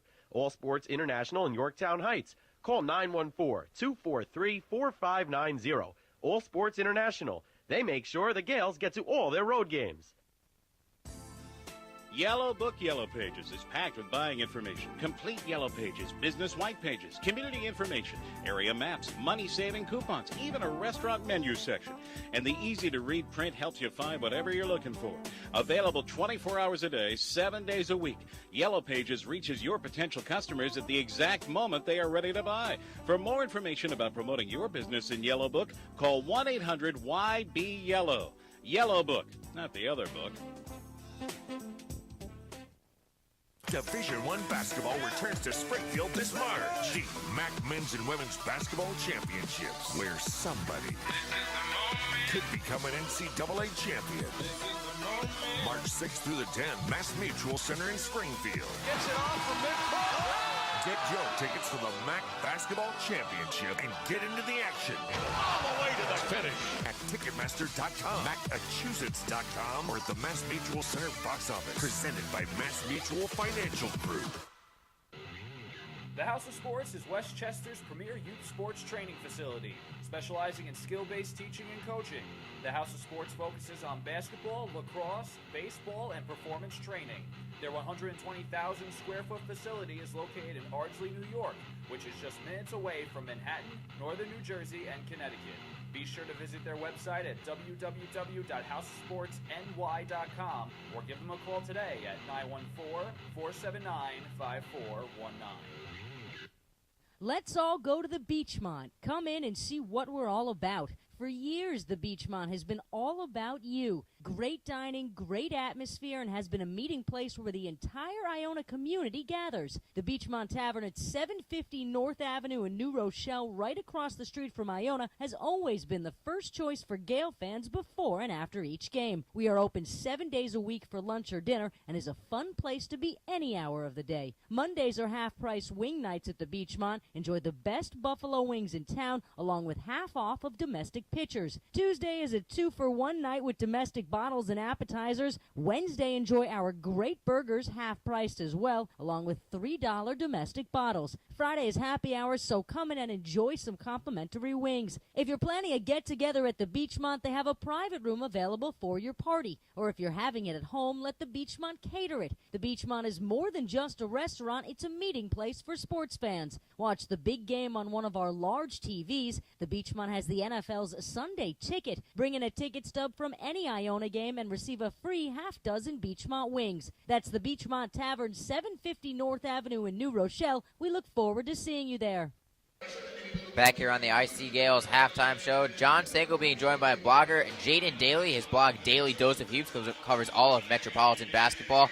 Jaden, you're here covering the MAAC tournament, both the women's and the men's side, and you've seen a fairly ugly first half here, I would say, especially offensively. The Iona Gales and the Quinnipiac Bobcats knotted up at 24. What did you see in the opening 20 minutes? Yeah, this is nothing like a typical Iona half, John. Quinnipiac is dictating the tempo, and a team that I've seen up close and personal from their days in the Northeast Conference. They're going after 50-50 balls, and what really impresses me is the depth that Tricia Fabry has. She turns it out every year, making hockey-style line changes. Sometimes they called it the gold rush last year when they ran the table in the NEC and went 21 for 21 between the regular season and the tournament. You see it here. Brittany McQuain has 7 points and 5 rebounds.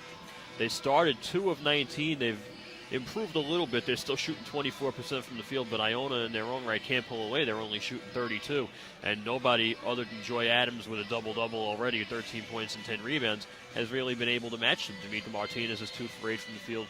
Sabrina Gerador has 7 rebounds, but she hasn't done anything offensively. What have you seen Quinnipiac doing to limit D'Amica Martinez thus far? She's only 2 of 8 from the floor. Well, they key in on star players, John. It's just what they do. You see McQuain and you see Nikolai Ostergaard and Sam Guastella, 2 of the taller options, coming in to double down on her, which makes Martinez have to shoot over him. Not an easy feat. And also, D'Amica Martinez has a bit of a struggle with big games, and we've seen that in her first couple of years. The games against Marist haven't gone as well as she'd like them to. She's still trying to overcome that, and I think what she needs to do is just set up her shots a little more. Except for that game in McCann Arena where she hit the game winner. Exactly. That's the one asterisk. That's the first step in truly overcoming it. Well, you've been here since the start of the MAAC tournament, and let's talk about the women's side of the bracket thus far. What are some things that have really stuck out to you in all the women's games? Ryder coming back to beat Fairfield. That was a game that really surprised me. Joe Frater did a phenomenal job with the Stags this year. May get a WNIT appearance out of it. We'll see how that happens. But Ryder's run to close out the game, I believe it was a 14-5 run or somewhere around there, to get into the semifinals and earn themselves a date with a Marist team that is actually very beatable this year. Iona and Fairfield both knocked them off. So we could see a bit of a Cinderella story in the making later on. Mynisha McKenzie, phenomenal player for Ryder, and Mason knocking down a couple big three-pointers for the Bronx to close out that win on the Fairfield side. Also, let's talk about the MAAC award ceremony, which was Friday night. Awards were dished out for the entire MAAC. You were there. You know all the award winners. What can you say about maybe the Coach of the Year awards? We'll start with that. Iona sweeping in both the men's and women's category. I'll tell you this, Billy Godsey truly deserved the award, taking over for Tony Bozzella, going 18-2 in conference play, and pretty much dominating the MAAC, winning 18 straight at one point before losing to Ryder in overtime. Taking a team that was built for the long run. She inherited a roster with Martinez and Adams and Alicia Powell as well. She's done a great job with it. Now, as for the men, Tim Cluse setting a conference record for most wins in a single season with 17. He has a claim to the award. So too does Tom Moore, who plays Manhattan with Quinnipiac in the second semifinal, going 14-6 in a year where nobody really expected them to do that much. Yeah, Tim Cluse, he finally has won it 4 straight 21 seasons, a possible 3rd straight NCAA tournament appearance. He finally gets that Coach of the Year award, which was absent from his resume, I guess, if you will. Add that to his contract extension with the Gales as well. Right, Tim Cluse now with his third in 4 years, looking to also go to another MAAC championship game. He's been in the semis every year, and he celebrates his 55th birthday today. Iona is 1-0 on Cluse's birthday. They defeated Canisius, in fact, in the quarterfinals a year ago today. Jaden Daly with the fun fact of the day here on the IC Gales halftime show. John Seco here with blogger Jaden Daly. Daily does the hoops here at the halftime show. Iona is tied up with Quinnipiac here at the midway point. And we're talking about the MAAC Award ceremony. We talked about Coach of the Year. Let's go to Sixth Man of the Year. Aaliyah Robinson gets it for Iona on the women's side, and Maurice Barrow gets it on the men's side for Fairfield. Well, Barrow got it mainly because David Lowry started 5 games too many. He started 15. You can't start more than 10. If he would have played on the bench a little more often, I think Lowry would have easily been the Sixth Man of the Year. The contributions that he's made off the bench have been nothing short of phenomenal. And Aaliyah Robinson on the women's side has really stepped up. She's shooting 41% from three-point range. Didn't play that much last year under Tony Bozzella, but she's really found her stride under Billy Godsey, averaging 21 minutes per game. She's going to get most of the minutes, and she's going to make it look somewhat easy, even though she's only averaging 8.5 points a game. Also, now you got to look at MAAC Player of the Year. Billy Barron gets it for the men's side. Tamika Martinez gets it from the women's side. I think this was probably the easiest award to pick out of all of them. Pretty much, yeah. There's no contest on either end. Barron averaging 24 a game, and Tamika Martinez just being head and shoulders better than everybody else in the conference. She can play in the Big East pretty much, or at any other level. Joy Adams could too. It's a testament to how well Tony Bozzella left this program in good hands for Billy Godsey to take over and finish the job. Now let's preview the men's matchup. They play today at 4:30 against Canisius in the semifinal here on the men's side. It's going to be, I think, a very high-scoring game, 2 very high-octane offenses with possibly the 2 best players in the MAAC, with Billy Barron, MAAC Player of the Year, and then Sean Armand for the Gales. John, the first one to 85 is going to win. That's just how it is with these two teams. They're going to run up and down the floor. The key is going to be Iona's defense that we saw against Ryder yesterday, where they won by 23, 94-71. If they can limit Canisius, who had all 5 starters in double figures when they defeated Siena, this matchup is theirs for the taking. Canisius also has the task of stopping not only Trey Bowman, but Isaiah Williams as well. When the two of them get going from their magic spots in the corner, they're hard to stop. Also, I just want to point out that Siena-Canisius game yesterday was, in my opinion, the best game of the tournament on the men's side thus far. You know what? I think it was, too. And it would have been even closer if Jimmy Patsos decided to foul in the final minute, but he had his reasons. He mentioned it in the press conference that he didn't want to foul Barron because he knew it was pretty much an automatic. And then after Chris Manhertz made 4 straight, he said, who else are you going to foul? Yeah.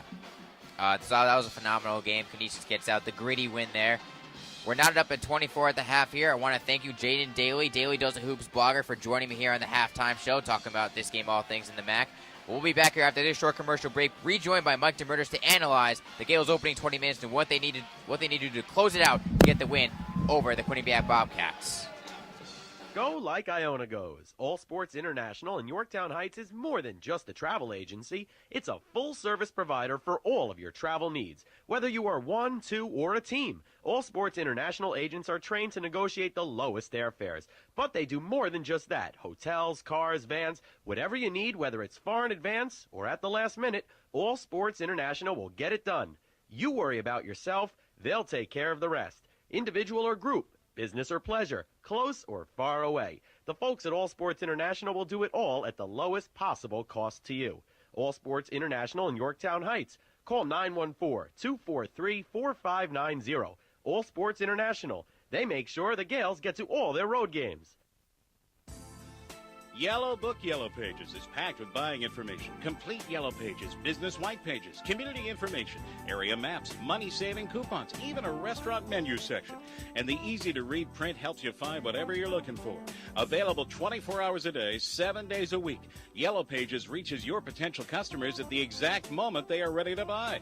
For more information about promoting your business in Yellow Book, call 1-800-YB-YELLOW. Yellow Book, not the other book.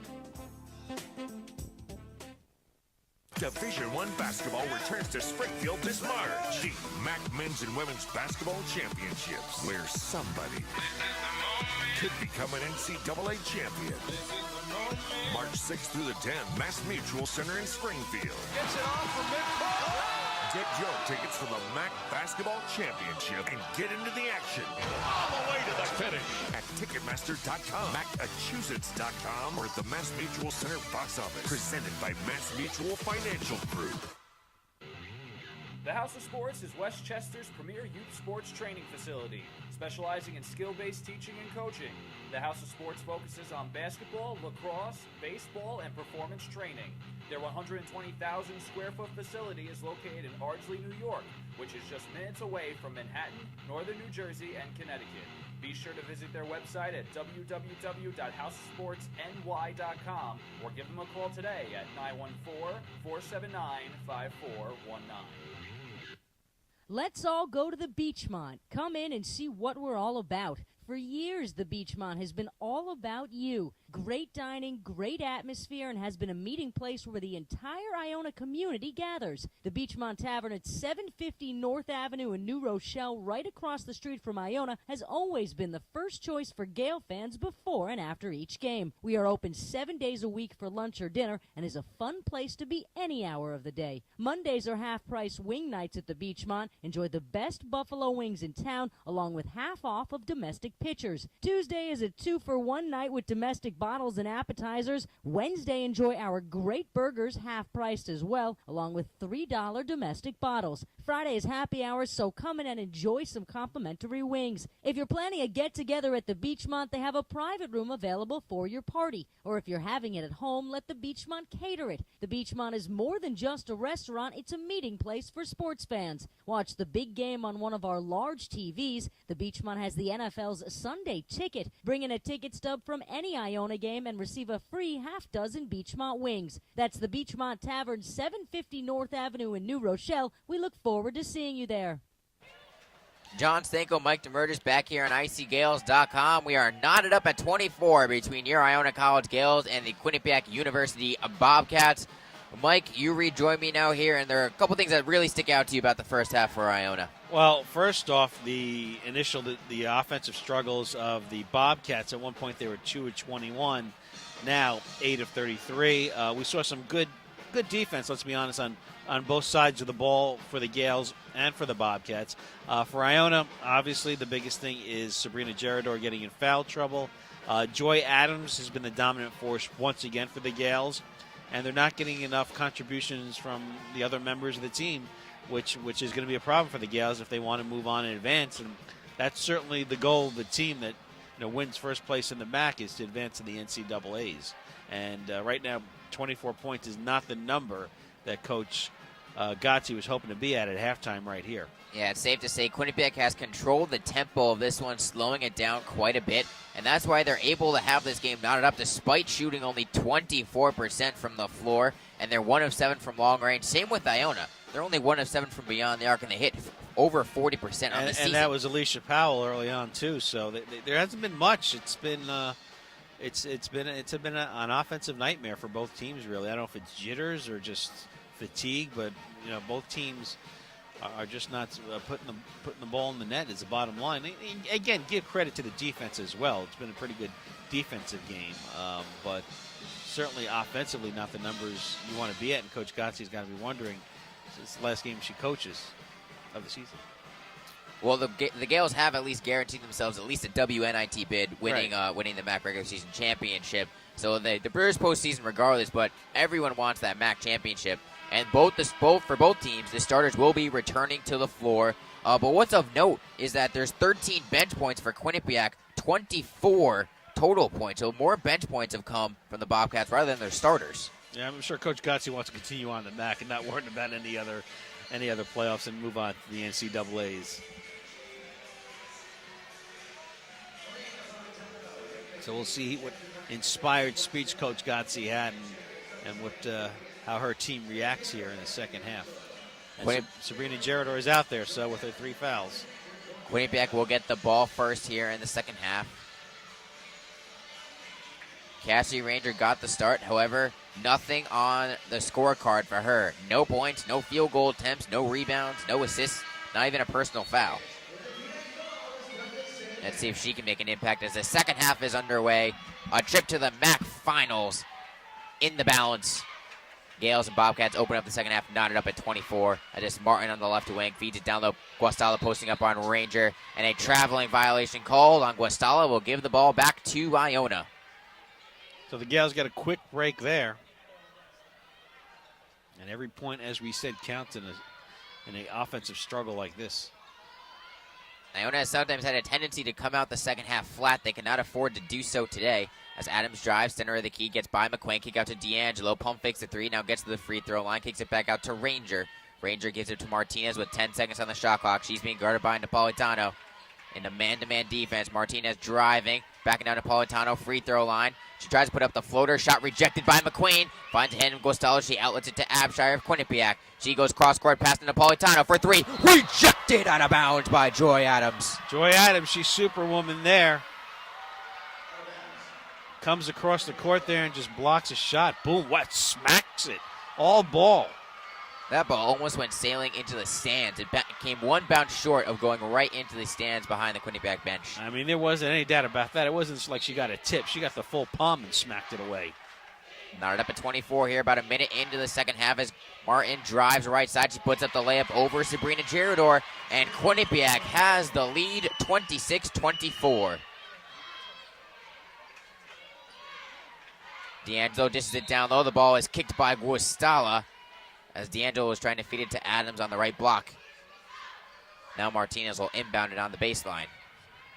And the Gales were leading by 7 points at one point in this game. Things have quickly evaporated. Martinez inbounds it to Girador, who fed it to Adams, who had her shot rejected as she was driving into the lane by McQuain. Now Guastalla, spot up three in transition. Oh, it doesn't rattle home. And Martinez saves the loose ball, but her foot was out of bounds on the end line, so it'll go to Quinnipiac. Good effort by Martinez there, but that ball, like you said, just rattled in and out. The Quinnipiac bench is ready to erupt. A 5-point lead in this game could be a big blow. I'll tell you that right now. In a game like this. Cassie Ranger takes a seat. Alicia Powell into the game for her as Jasmine Martin drives the right side, but her layup is no good. Missed.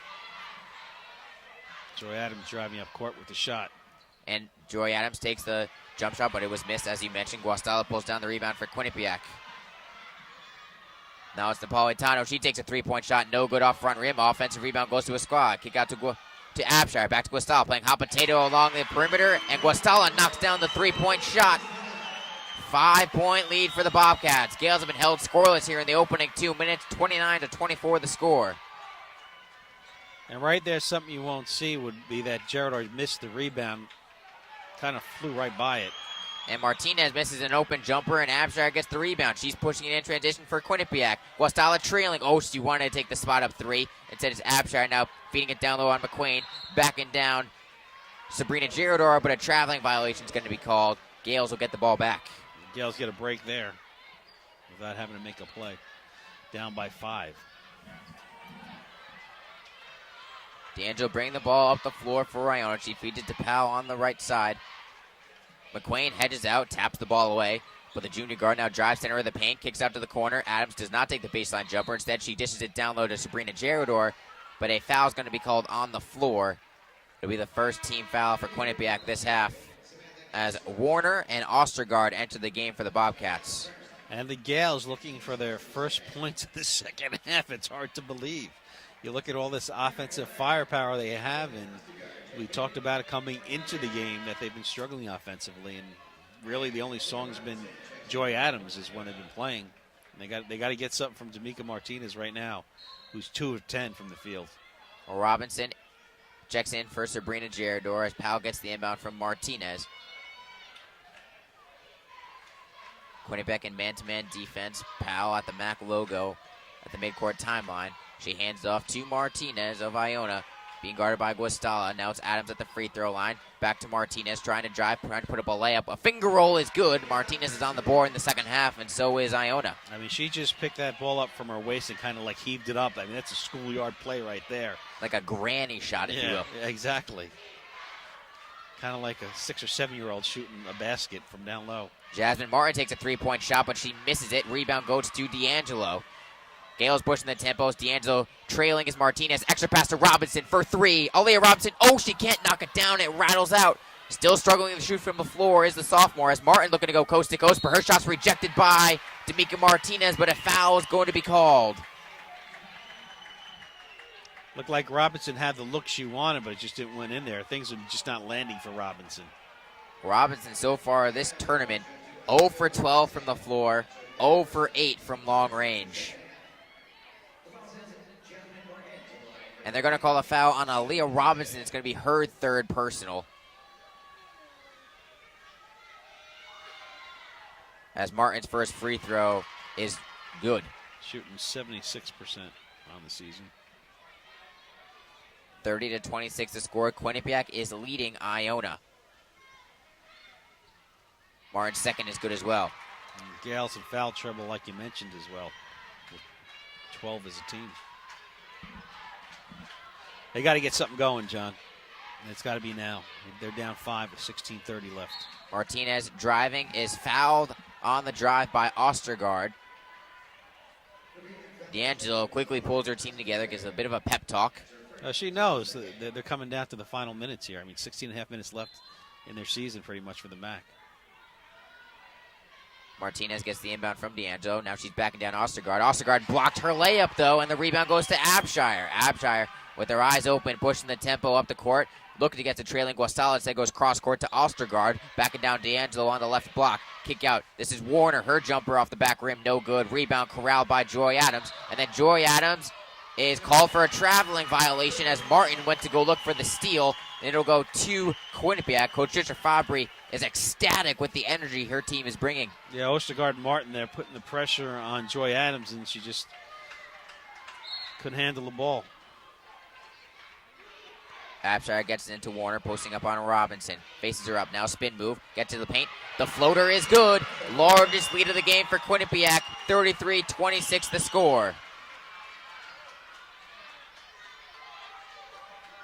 Now Martinez on the right wing, pull-up jumper, nothing but net. D'Amica Martinez silences the Quinnipiac fans. Well, this has got to be the time now. You know, this is the moment, like that song they talk about in the MAAC, that this is a moment that you got to seize. A great athlete sees opportune moments, and we talked about all year long D'Amica Martinez being that player for the Gales. Joy Adams almost with the steal, goes flying into the Quinnipiac cheerleaders, but she goes sailing out of bounds with the ball, so the ball will stay with Bobcats after this timeout. All will there by Joy Adams to try and knock that ball away, feeling the pressure the Gales are down by 5. 15:35 to go in the second half. Iona trailing Quinnipiac 33-28 on icgales.com. Division I basketball returns to Springfield this March. The MAAC Men's and Women's Basketball Championships, where somebody could become an NCAA champion. March 6th through the 10th, Mass Mutual Center in Springfield. Gets it off from midcourt. Get your tickets for the MAAC Basketball Championship and get into the action. All the way to the finish. At Ticketmaster.com, Massachusetts.com, or the Mass Mutual Center box office. Presented by Mass Mutual Financial Group. The House of Sports is Westchester's premier youth sports training facility, specializing in skill-based teaching and coaching. The House of Sports focuses on basketball, lacrosse, baseball, and performance training. Their 120,000-square-foot facility is located in Ardsley, New York, which is just minutes away from Manhattan, northern New Jersey, and Connecticut.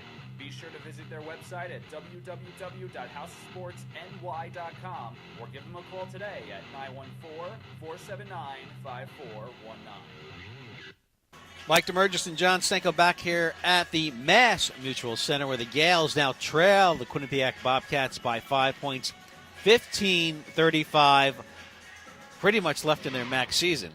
So the Gales got to get things right. They just got a big three-pointer there by D'Amica Martinez, but they're 11 of 36 from the field, 1 of 8 from three-point range, and 12 team fouls, 3 by Aaliyah Robinson and 3 by Sabrina Gerador. Adili Martucci checks into the game for Quinnipiac. On the floor for Iona, D'Amica Martinez, Haley D'Angelo, Alicia Powell, Joy Adams. And not Sabrina Gerador. And it's Aaliyah Robinson instead of her. Ellen Cannon also in the game for the Bobcats, along with Cameron Warner, Brittany McQuain. And this is Nicoline Ostergaard looking to inbound it.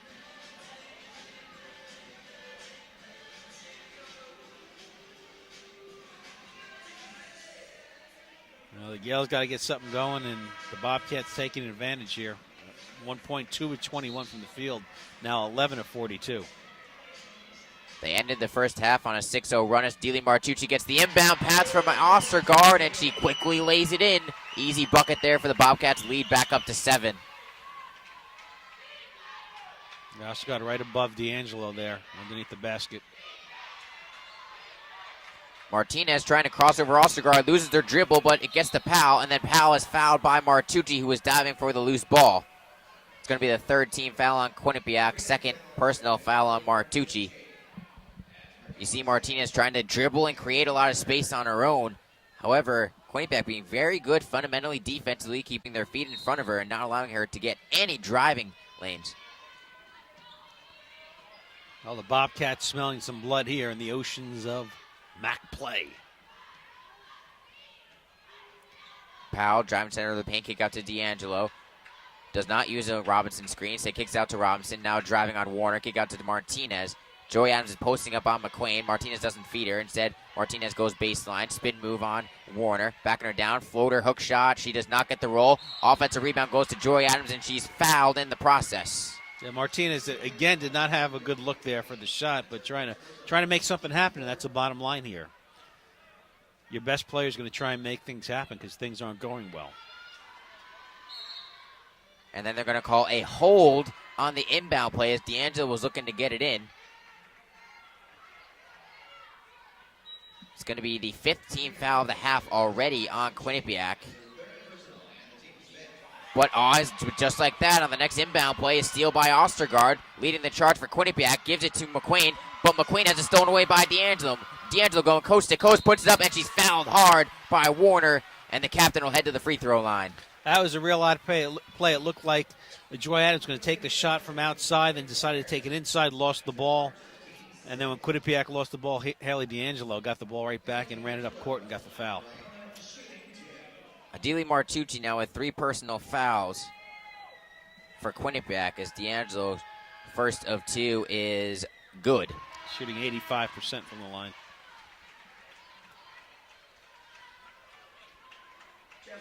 Good hustle by the Gales on defense to make that play happen.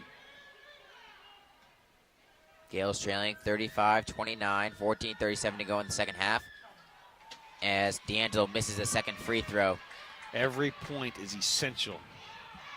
Essential. We said that as both teams were struggling offensively early in the first half, that it was going to be that kind of game. And now it's Ostergaard driving on D'Angelo. She puts it up, and it's good, and the foul on D'Angelo. Possibility for a 3-point play for Nicolai Ostergaard, the junior. Yeah, if you go back to Haley missing that shot in this play now, we could be looking at 4 points. 37-29 the score, largest lead of the game for the Bobcats. And looking to add to it is Ostergaard. Her free throw is no good off the back of the rim, and D'Angelo gets the rebound. Somebody's got to make a three-pointer here to... Martinez drives the paint, jab step, floater, it's good. D'Amico Martinez quickly scores and cuts the lead back down to 6. 2 points will do, though. Iona putting on a bit of a press as Martin now has it. She drives right into D'Angelo. The layup is no good. Offensive rebound goes to Warner, and she lays it back in. Lead back up to 8 for Quinnipiac, 39-31. Good position by Warner there, getting her own rebound and knocking it back in. Martinez picked up her dribble on the right wing, then hands it off to D'Angelo. Quinnipiac not giving you any ground at all, forcing the issue. However, McQuain just called for the personal foul, and it's already the 7th team foul on Quinnipiac. So for the remainder of this half, the remainder of the game, Iona will be shooting free throws on every foul. We still have 13:40 to go in the second half. That could be a big advantage for Iona. Absolutely. Like we were saying, that every point's going to matter here. But they are down 8 points with 13:40 to go. So D'Angelo's first free throw. She doesn't get the roll. And the rebound goes to Warner, and then a foul's called on Aaliyah Robinson. And that's the 4th foul on Aaliyah Robinson. Leah's got to have her head in the game a little bit better than that. And Sabrina Jarador comes in, replacing the sophomore 6th Man of the Year award winner. But still, the sophomore struggling here in the MAAC tournament. As Gale's putting on a press, but Martin left wide open at the timeline, and she gets the inbound pass from Abshire. Now Abshire back has it at the MAAC logo for the Bobcats, leading 39-31. Abshire feeding it down low to McQuain, facing up on Gerador. Pull-up hook shot off the backboard. It's good. It's a double-digit lead for the Bobcats. McQuain would not be denied. Made that almost look easy right there. And Coach Gottsy's got to pull something out of her bag of tricks here.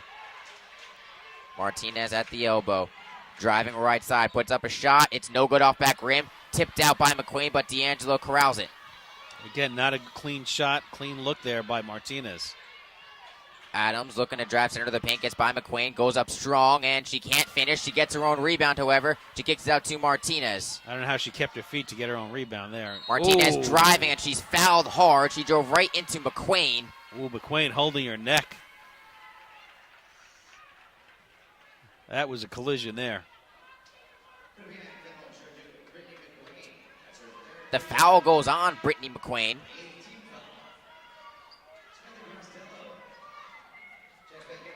That's the third personal foul on Brittany McQuain, so she'll take a seat. D'Amica Martinez will now be taking 1-1. The Gales are down by 10, 41-31, as Martinez's first free throw is good. The MAAC Player of the Year struggling to shoot today. 12 points on 5 of 16 shooting. 0 of 2 from beyond the arc. But these 2 free throws are good, and the lead back down to 8. And Martin once again gets the long pass to break the Iona press. The Iona bench chanting defense as Abshire backing down D'Angelo on the left wing. Feeds it now to Martin coming around to Curl. She spin moves on Powell, puts up a floater. It rattles home. It gets the home bounce. The season's out there right now, John. All the hard work, all the blood, sweat, and tears that they worked on in camp. Incredible season, Coach of the Year, Player of the Year. All that doesn't matter right now unless they could pull this out here with 12-14 left in the game. 43-33, Iona trails Quinnipiac. Adams driving right side, and she will draw the foul on the jump shot, so she'll head to the free throw line for 2. Maria Napolitano charged for the personal foul. It's her third. Now, going to the line is fine, and they got to get the points when they have the opportunity. But at some point, someone's going to have to start making some threes from the outside. Also, the Gales have to get a stop on defense. That wouldn't hurt.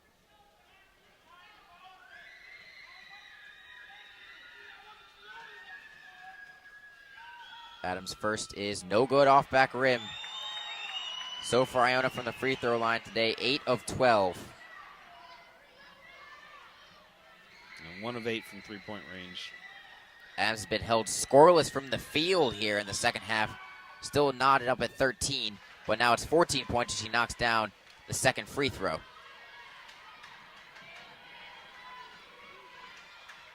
Abshire pump fakes it down low to Warner. Now it's to Napolitano, then gives it down low to Warner. Spin move, puts it up, no good. Shot was a little bit maybe altered by Gerador, who played good defense with the 3 personal fouls. Now Iona with a stop. It's Martinez trying to answer for Iona, trying to get some momentum back as the Gales trail by 9. This is the moment, John. We've got to get some points here. We're getting close to that 10-minute mark. Adams drives, puts up the floater. It's good. Joy Adams creates her own shot. The lead cut down to 7. Cut right inside the lane there. Forced her way in. Controlled her body and got nothing but basket. Abshire draws the blocking foul on Alicia Powell. It's going to be Alicia Powell's third, and it's going to bring us to immediate timeout. With 11:27 to go in the second half, Quinnipiac is leading Iona 43-36. Let's all go to the Beachmont. Come in and see what we're all about. For years, the Beachmont has been all about you. Great dining, great atmosphere, and has been a meeting place where the entire Iona community gathers. The Beachmont Tavern at 750 North Avenue in New Rochelle, right across the street from Iona, has always been the first choice for Gale fans before and after each game. We are open 7 days a week for lunch or dinner and is a fun place to be any hour of the day. Mondays are half-price wing nights at the Beachmont. Enjoy the best buffalo wings in town, along with half off of domestic pitchers. Tuesday is a 2-for-1 night with domestic bottles and appetizers. Wednesday, enjoy our great burgers, half-priced as well, along with $3 domestic bottles. Friday is happy hours, so come in and enjoy some complimentary wings. If you're planning a get-together at the Beachmont, they have a private room available for your party. Or if you're having it at home, let the Beachmont cater it. The Beachmont is more than just a restaurant, it's a meeting place for sports fans. Watch the big game on one of our large TVs. The Beachmont has the NFL's Sunday Ticket. Bring in a ticket stub from any Iona game and receive a free half-dozen Beachmont wings. That's the Beachmont Tavern, 750 North Avenue in New Rochelle. We look forward to seeing you there.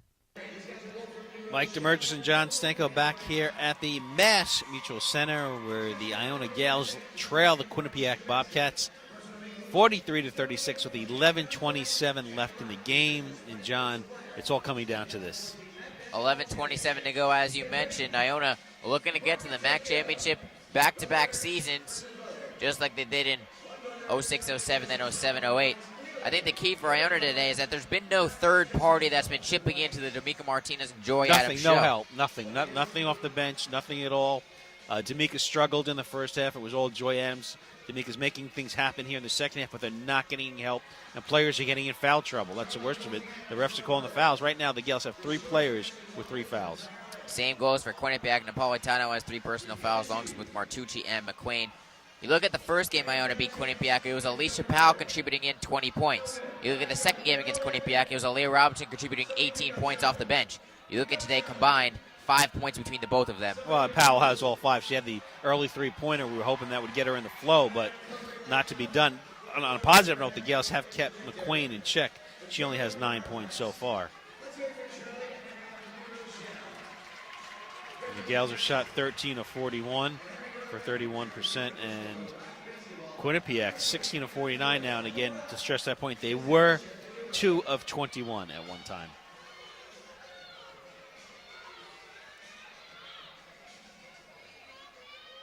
So the Gales 11:27 left, and they got to make things happen here.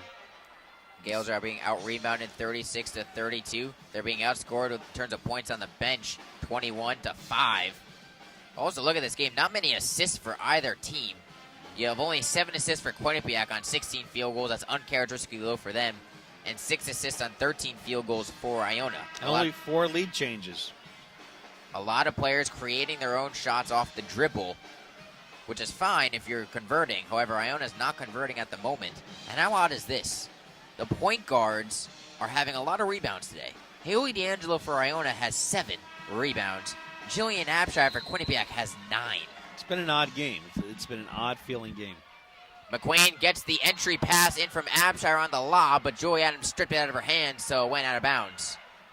As we're back underway here at the Mass Mutual Center, Iona trailing 43-36.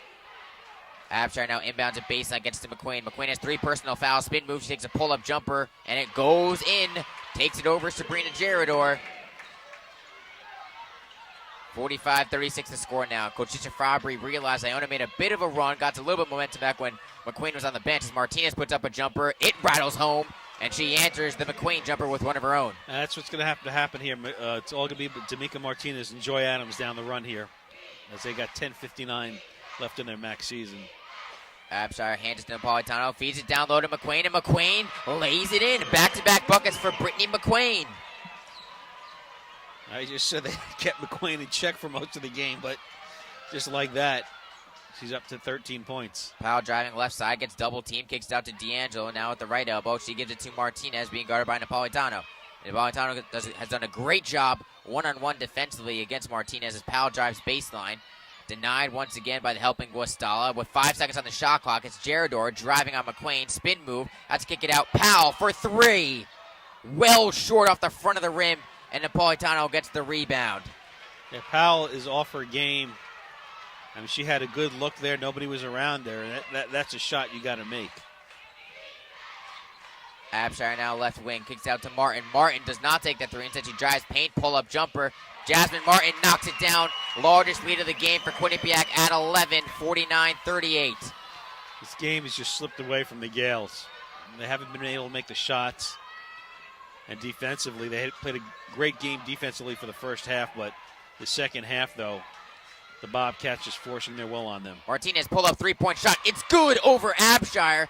Big bucket there by Tamika Martinez. Cuts the lead back down to 8. And Martinez now with 16 points. As Coach Billy Gotzi takes a timeout, and we'll take a short break here on icgales.com. The Quinnipiac Bobcats leading your Iona Gales with 9:40 left, 49-41.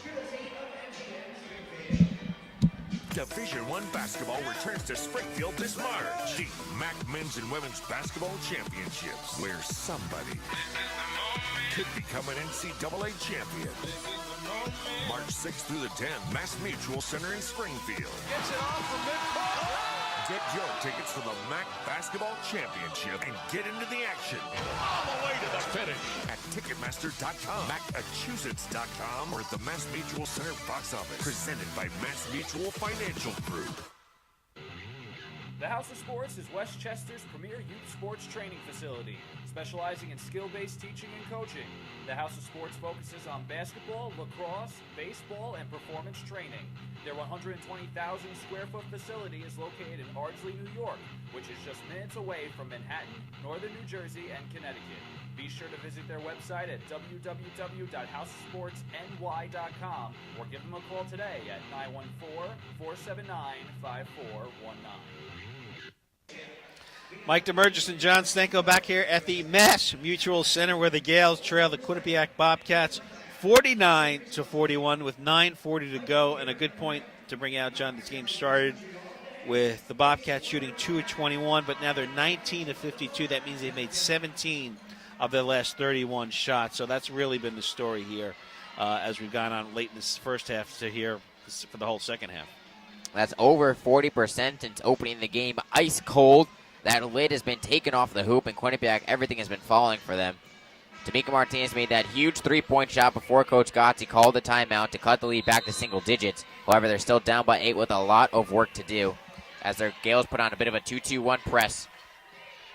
Trying to speed up the game as Martin has it, gets it to Abshire, who then feeds it to Guastalla across the timeline. Cross-court pass to Martin as the Gales revert back to their offense. Or their defense, excuse me. Now it's McQuain facing up Gerador, driving, hook shot, no good off back rim. Rebound, though, goes to Guastalla, and then she puts it in off the glass. And second chance points for the Bobcats, lead back up to double digits. And Gustavo ran right past Gerador there. I thought Gerador had that easy rebound, and she just ran right past Gerador. Adams drives, loses her balance, but kicks out to Powell. Her baseline jumper, it falls in, using the backboard and the rim there. I don't know how she got that in there, but she did.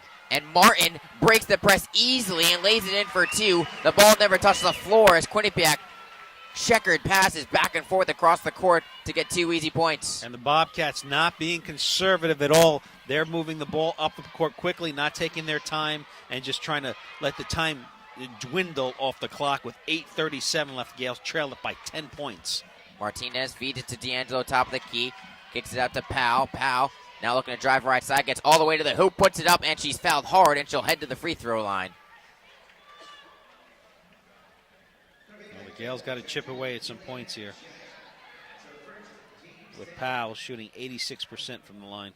That's Abshire's first personal foul, 10th team foul, so Iona's in the double bonus the rest of the way. Aaliyah Robinson looking to head back into the game for Iona. Robinson can't find the net right now at this point if she threw it off a boat. And Powell misses the free throw. Ostergaard looking to check in, and she does. She replaces Abshire for Quinnipiac.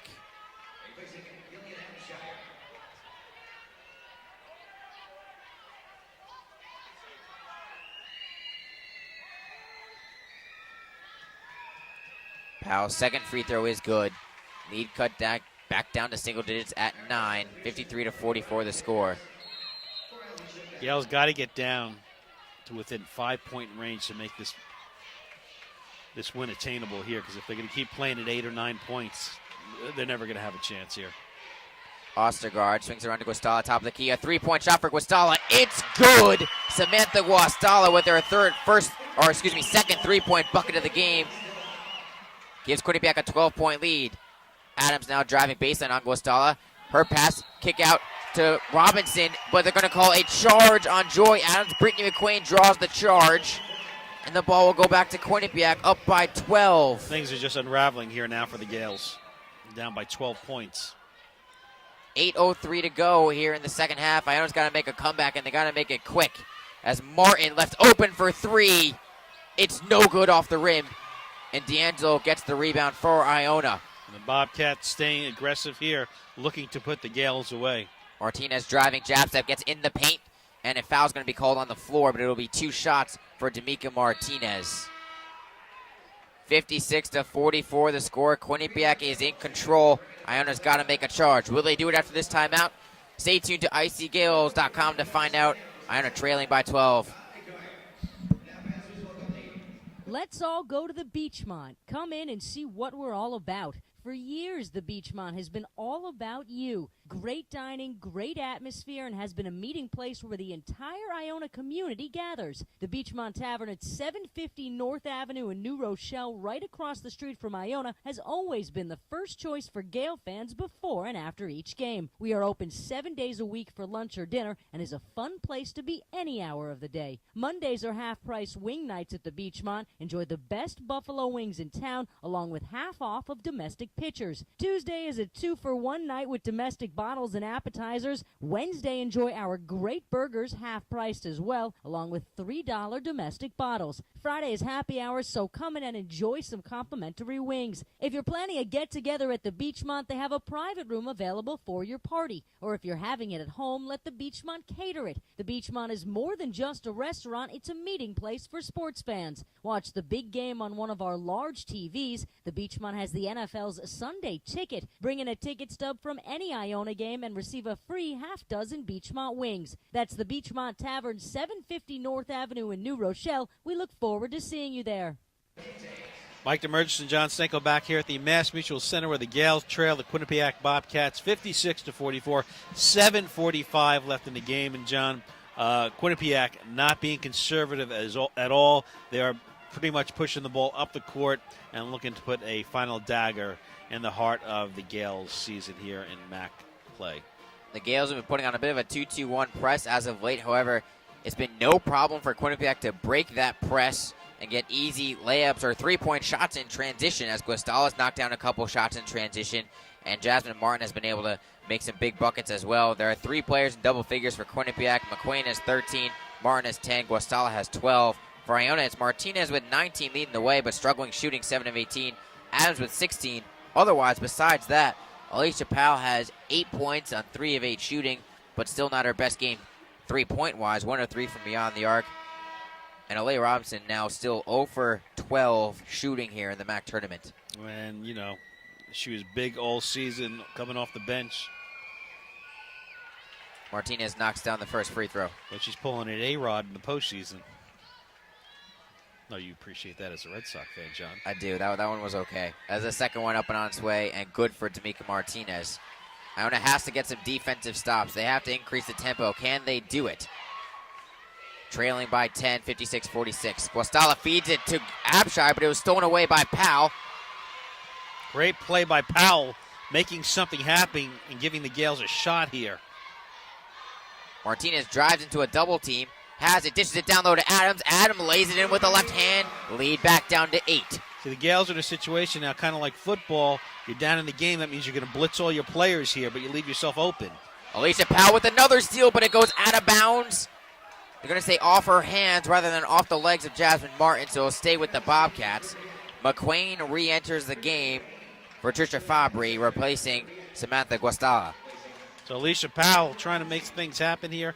Coach Godson calling for an aggressive defense. Moving all her chips to the center of the table.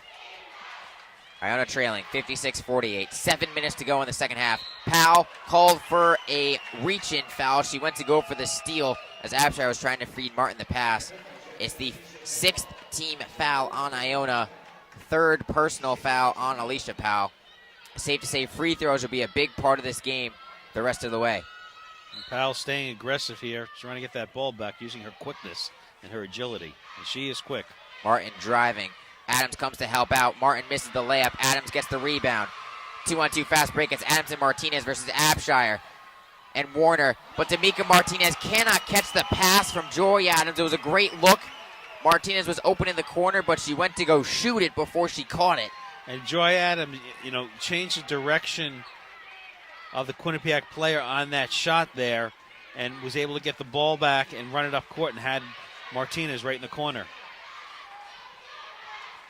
Ostergaard now has at the left wing for the Bobcats, driving left baseline, now gets all the way to the bucket and lays it in, using her body well to shield off Powell. Lead back up to single digits for the Bobcats, 58-48 the score.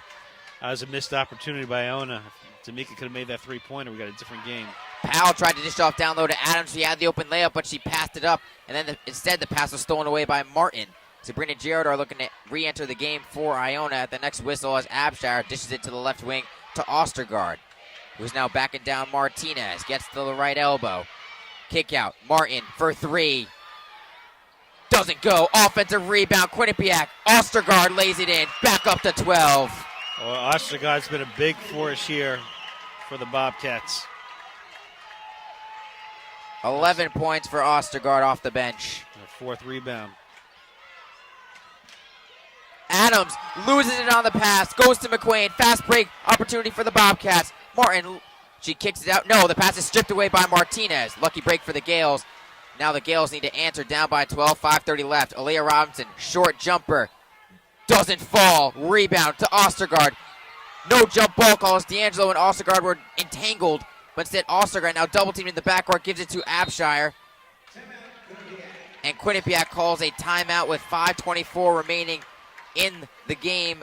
Quinnipiac leading by 12, 60-48. And Robinson again with another missed shot. She's now 0-13 in the postseason. It's coming down to the final moments. Does Iona have a late push in them? A couple careless turnovers by D'Amica Martinez, not corralling a pass in the right corner off a great feed from Adams. And then Joy Adams not being able to handle a pass from Martinez on a basic handoff. Gales here. Got to make something happen. 5:24. Coach Gotze forcing with her defense, using the press. Jared are back in the game. Pushing all her chips to the center of the table here. As she tries to pull something out and trying to get a classic comeback here for the Gales. Abshire brings it across the timeline for the Bobcats. Now you may see them waste a little bit of clock, knowing they're up by double digits with about 5 minutes left. It's Abshire driving right side. Gives it up down low to Warner. No, instead it goes to the outside to Napolitano, but it was stolen away by D'Amica Martinez, but she had it stripped away by Warner. And then there's a jump ball on the ground. Possession arrow points toward Iona. Haley D'Angelo there on the ground. Stealing that ball away. On the floor right now after subs for Quinnipiac, Abshire, McQuain, Cannon, Warner, and Ostergaard. For Iona, Robinson, Adams, Gerador, Martinez, and D'Angelo. We have 5 minutes to go here in the second half. Iona's down by 12. Who's going to make it happen? Let's see. Martinez driving right side. Gets all the way to the block, but she is fouled on the jump shot attempt. She will head to the free throw line.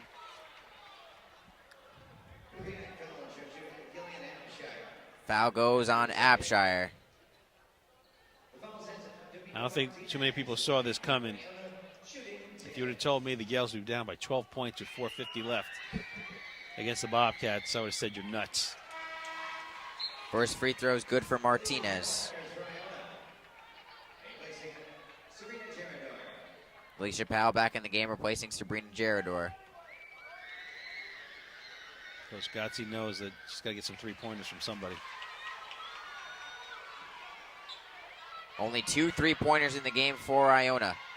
McQuain has it in the backcourt. She feeds it to Warner, who then gives it front court now. It's Ostergaard driving baseline on Robinson.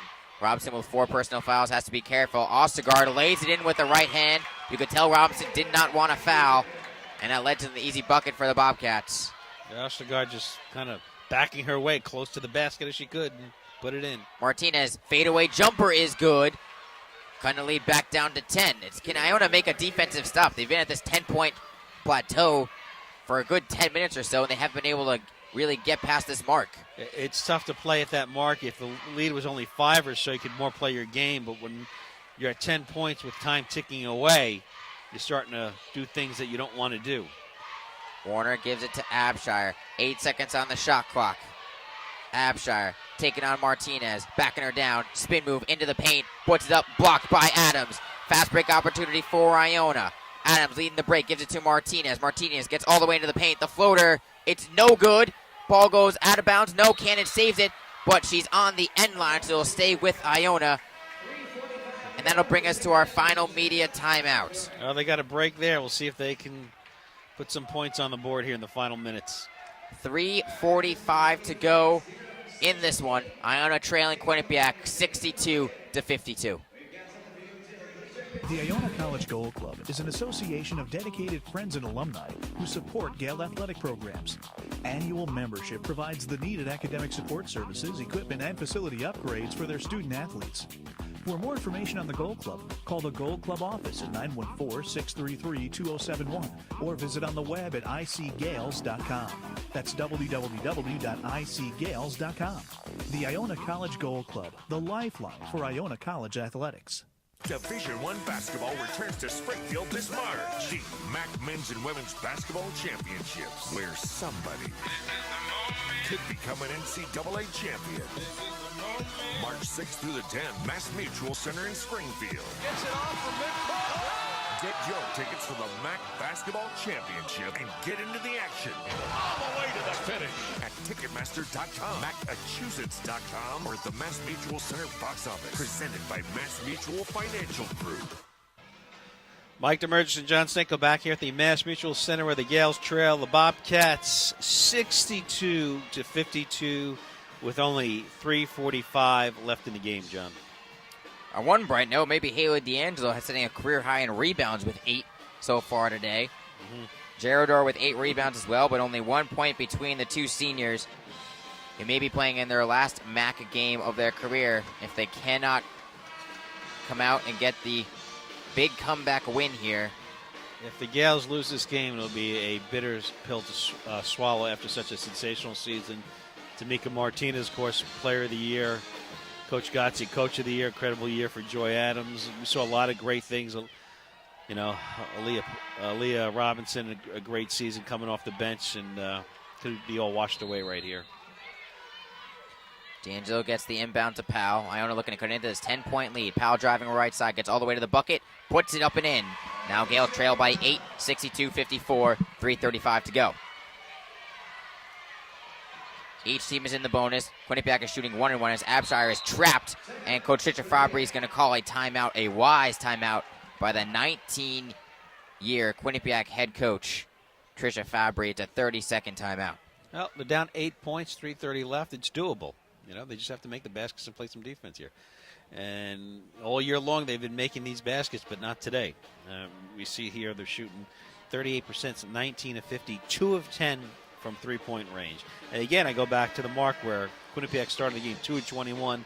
Now they're 25 of 63, and the game shooting right at 39.7%, and 17 of 30 this half. Last time Iona was held to single digits in three-point field goals. They were held to 7 at Ryder, or versus Ryder, in the win. And I believe they were also held in single digits on the senior day in the loss to Marist. Yes, they were. Now Abshire feeds it into Martin at the free throw line. She's being guarded by Powell. Gales need to stop on defense. Can Powell deliver it? No, they're going to call a foul on the floor on Alicia Powell. It's going to be 1-1 for Jasmine Martin and the Bobcats the rest of the way. And that's the 5th personal foul on Alicia Powell. She has fouled out of the game for Iona. Well, Powell's certainly a weapon from the outside, so Coach Gotze loses one of her tools here. Christina Rubin going to enter the game for Iona. She replaces Alicia Powell. Rubin seeing her first minutes of action here in the final moments of this game. So this game's really coming down right now to Tamika Martinez and Aaliyah Robinson to get 3 points. Martin's first free throw. No good off the front rim, but McQueen an offensive rebound. She puts it up and in. That's a backbreaker for Iona. McQueen's got a big body. Just forced her body right to that ball and dropped it right in there. Cut right through the lane. They're going to call a foul on Nicolene Ostergaard, holding Haley D'Angelo. So D'Angelo head to the free throw line. Looking to get this lead back down to single digits. Again, this 10-point plateau. Iona has not been able to cross it.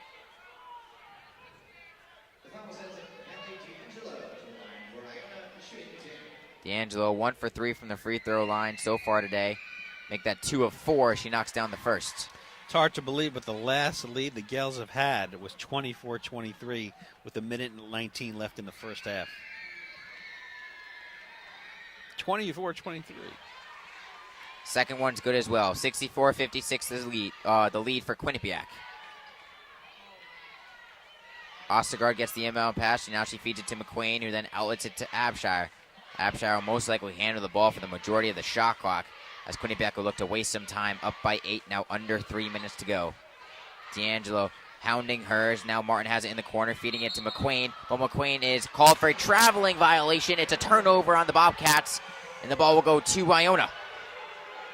Big turn of events here for the Gales. I was worried there'd be a foul call there on D'Angelo.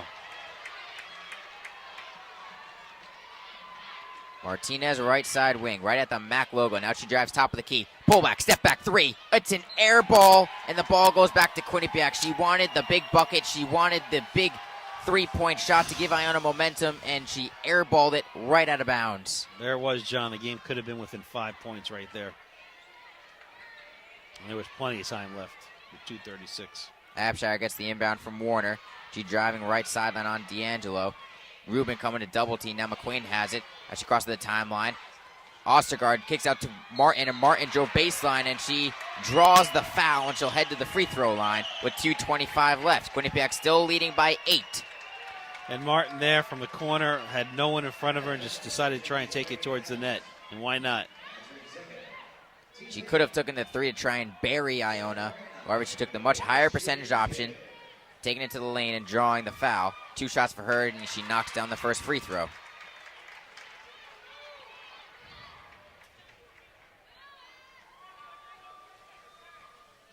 Second free throw is good as well. Lead back up to double digits.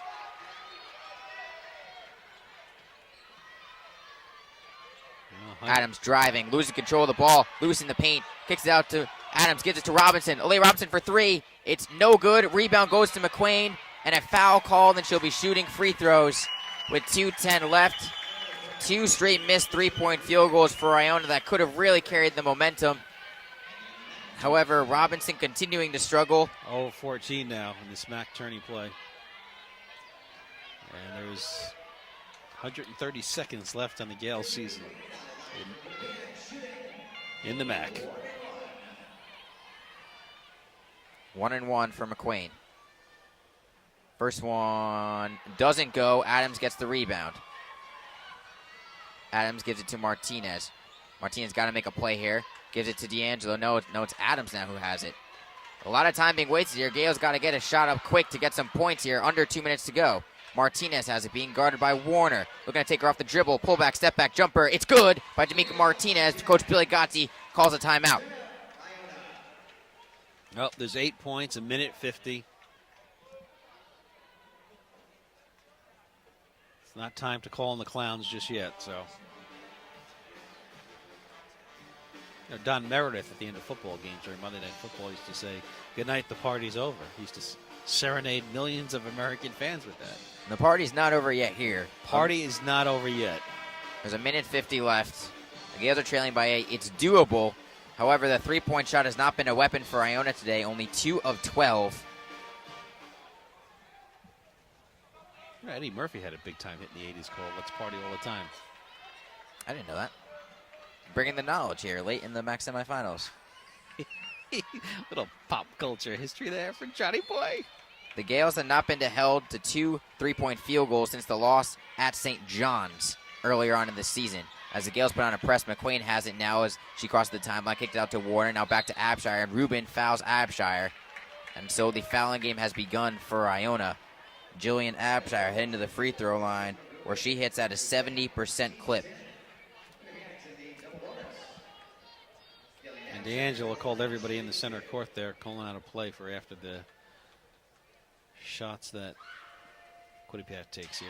It's double bonus time for Quinnipiac as Abshire knocks down the first. Napolitano into the game, replacing Warner for Quinnipiac. This darn 10-point hump Gales haven't been able to overcome it. And it's back up to 10 as Abshire knocks down them both. The Marist teams and the Rider teams have come out from their locker rooms ready to take the floor when this one's over. As Martinez drives center of the paint, puts up a floater, it's good. Lead back down to 8 with 1:30 left. Napolitano looking to inbound and gets it into Martin. D'Angelo trying to force a trap. Rubin coming in, and Rubin fouls Martin. Seems like Coach Billy Gotzi has instructed Christina Rubin, go in and foul. You're the only one not in foul trouble. Hey, using her as a guinea pig right now. Just going to have to force the Bobcats to take some fouls here and take the shots. Yales can't afford to give up any more easy points. Martin, 4 of 5 from the free throw line, make it 4 of 6 as she misses the first. 1:25 remaining. Quinnipiac beating Iona 68-60. Second free throw is good. Martinez will bring it across the timeline. This is Martinez's show. She's going to be the only reason Iona will come back in this game. She's being double teamed now. Now it's Nicoline Ostergaard on her. She feeds it down low to Joy Adams, and Adams lays it in, leads down to 7. 69-62. And then Jasmine Martin is fouled immediately after the inbound. And Jasmine Martin will head back to the free throw line. 69-62 the score, 1:07 left. Each team with 2 timeouts remaining. Each team is in the double bonus.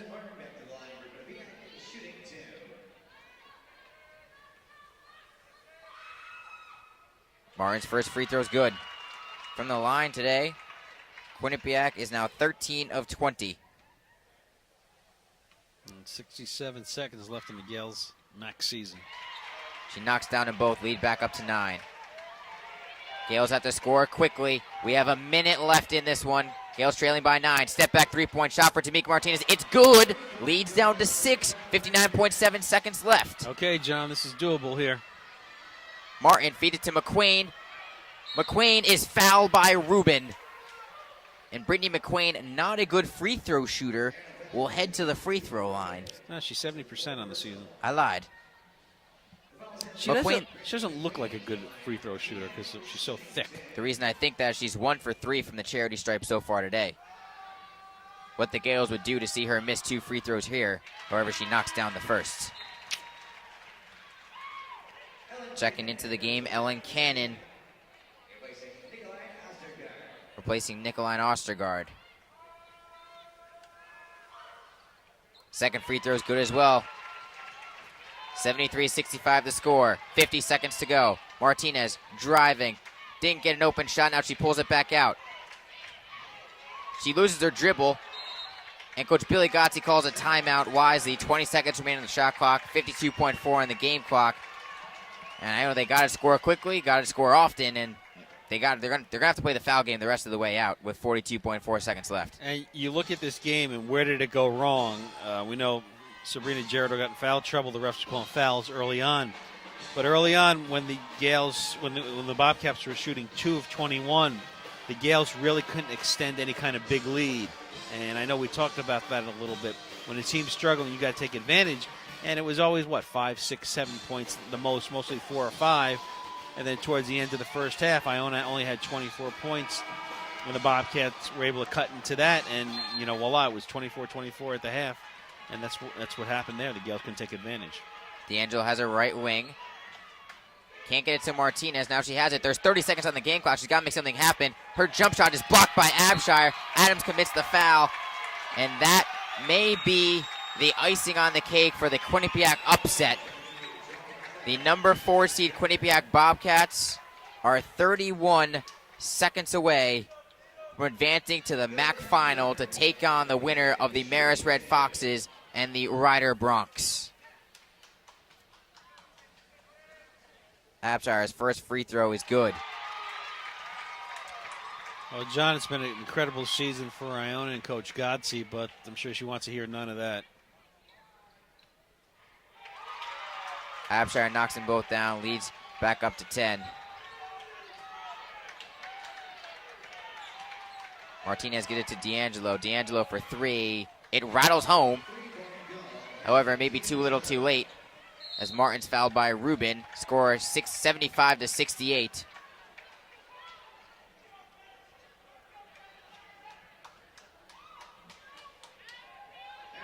So D'Amica Martinez with 32 points, and we alluded to that. We thought she was going to have a big second half. She did, but it just wasn't enough because there really wasn't any other support on the rest of the team for Iona. And, with Alicia Powell, and, of course, Leah Robinson struggling today. Robinson 0 for 4, 0 for 14 in MAAC play is something that Coach Godsey wasn't counting on.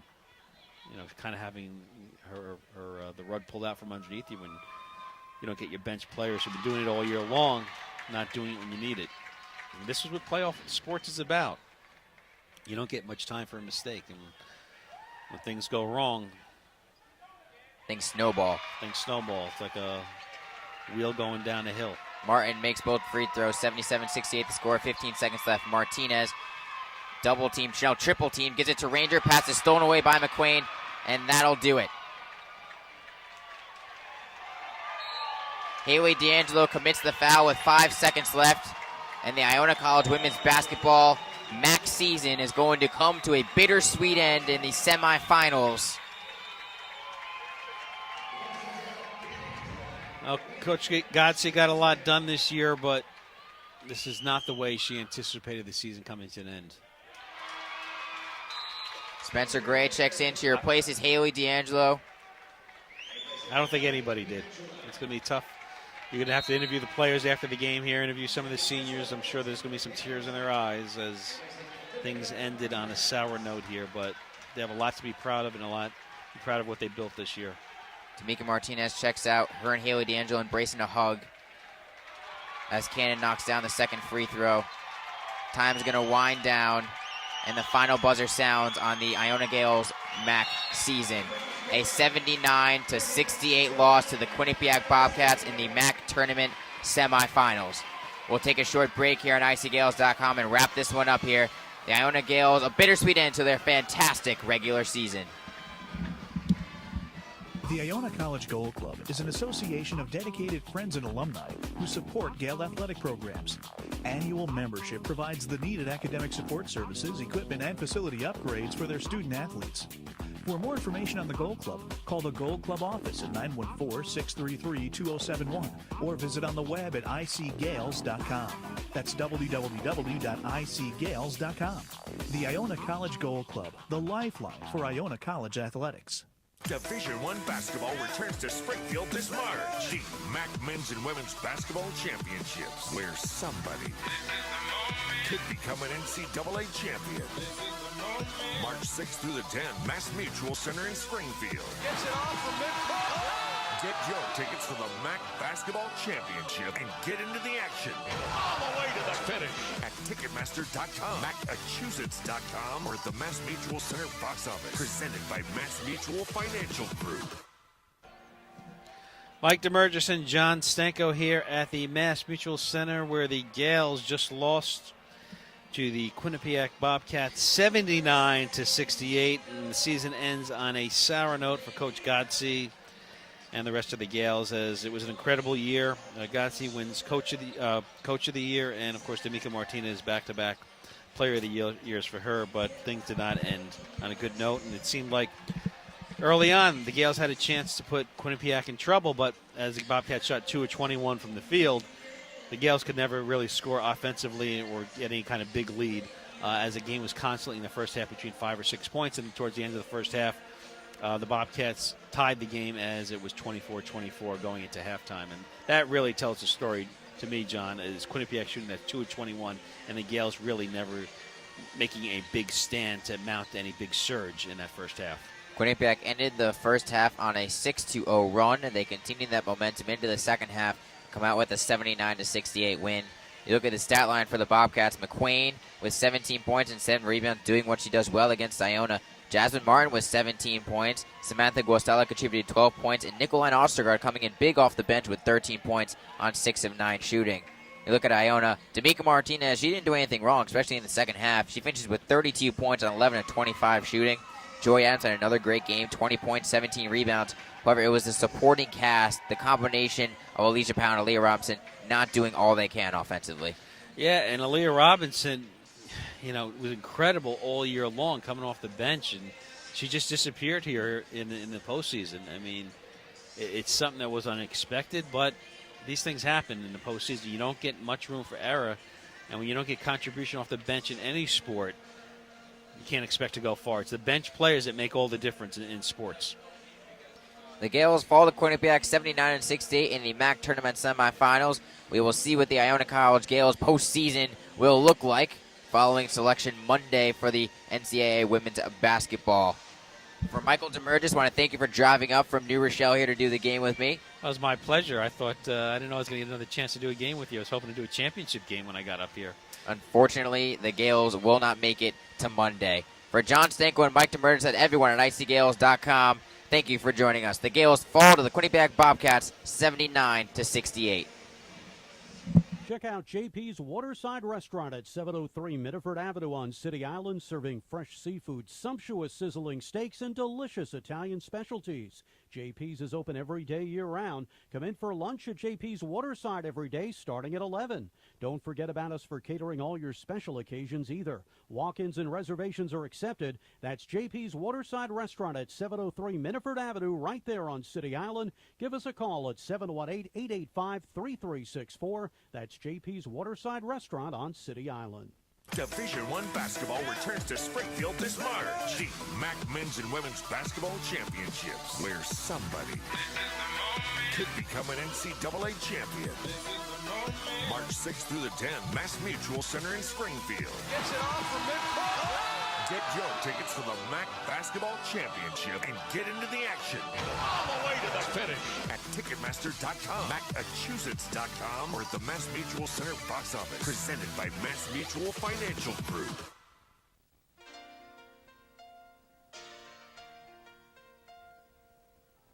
Iona College basketball on icgales.com was brought to you by the Beachmont Tavern at 750 North Avenue in New Rochelle, right across from the Iona campus. By the Iona College Goal Club, the lifeline for Iona College athletics. By Shannon Beverages, North Avenue in New Rochelle, for all of your beverage needs. Iona basketball is also brought to you by JP's Restaurant on City Island, by Pasta Pasta, by the Yellow Book, and by All Sport International for all of your travel needs. Proceeding was a presentation of the Iona College Athletic Department.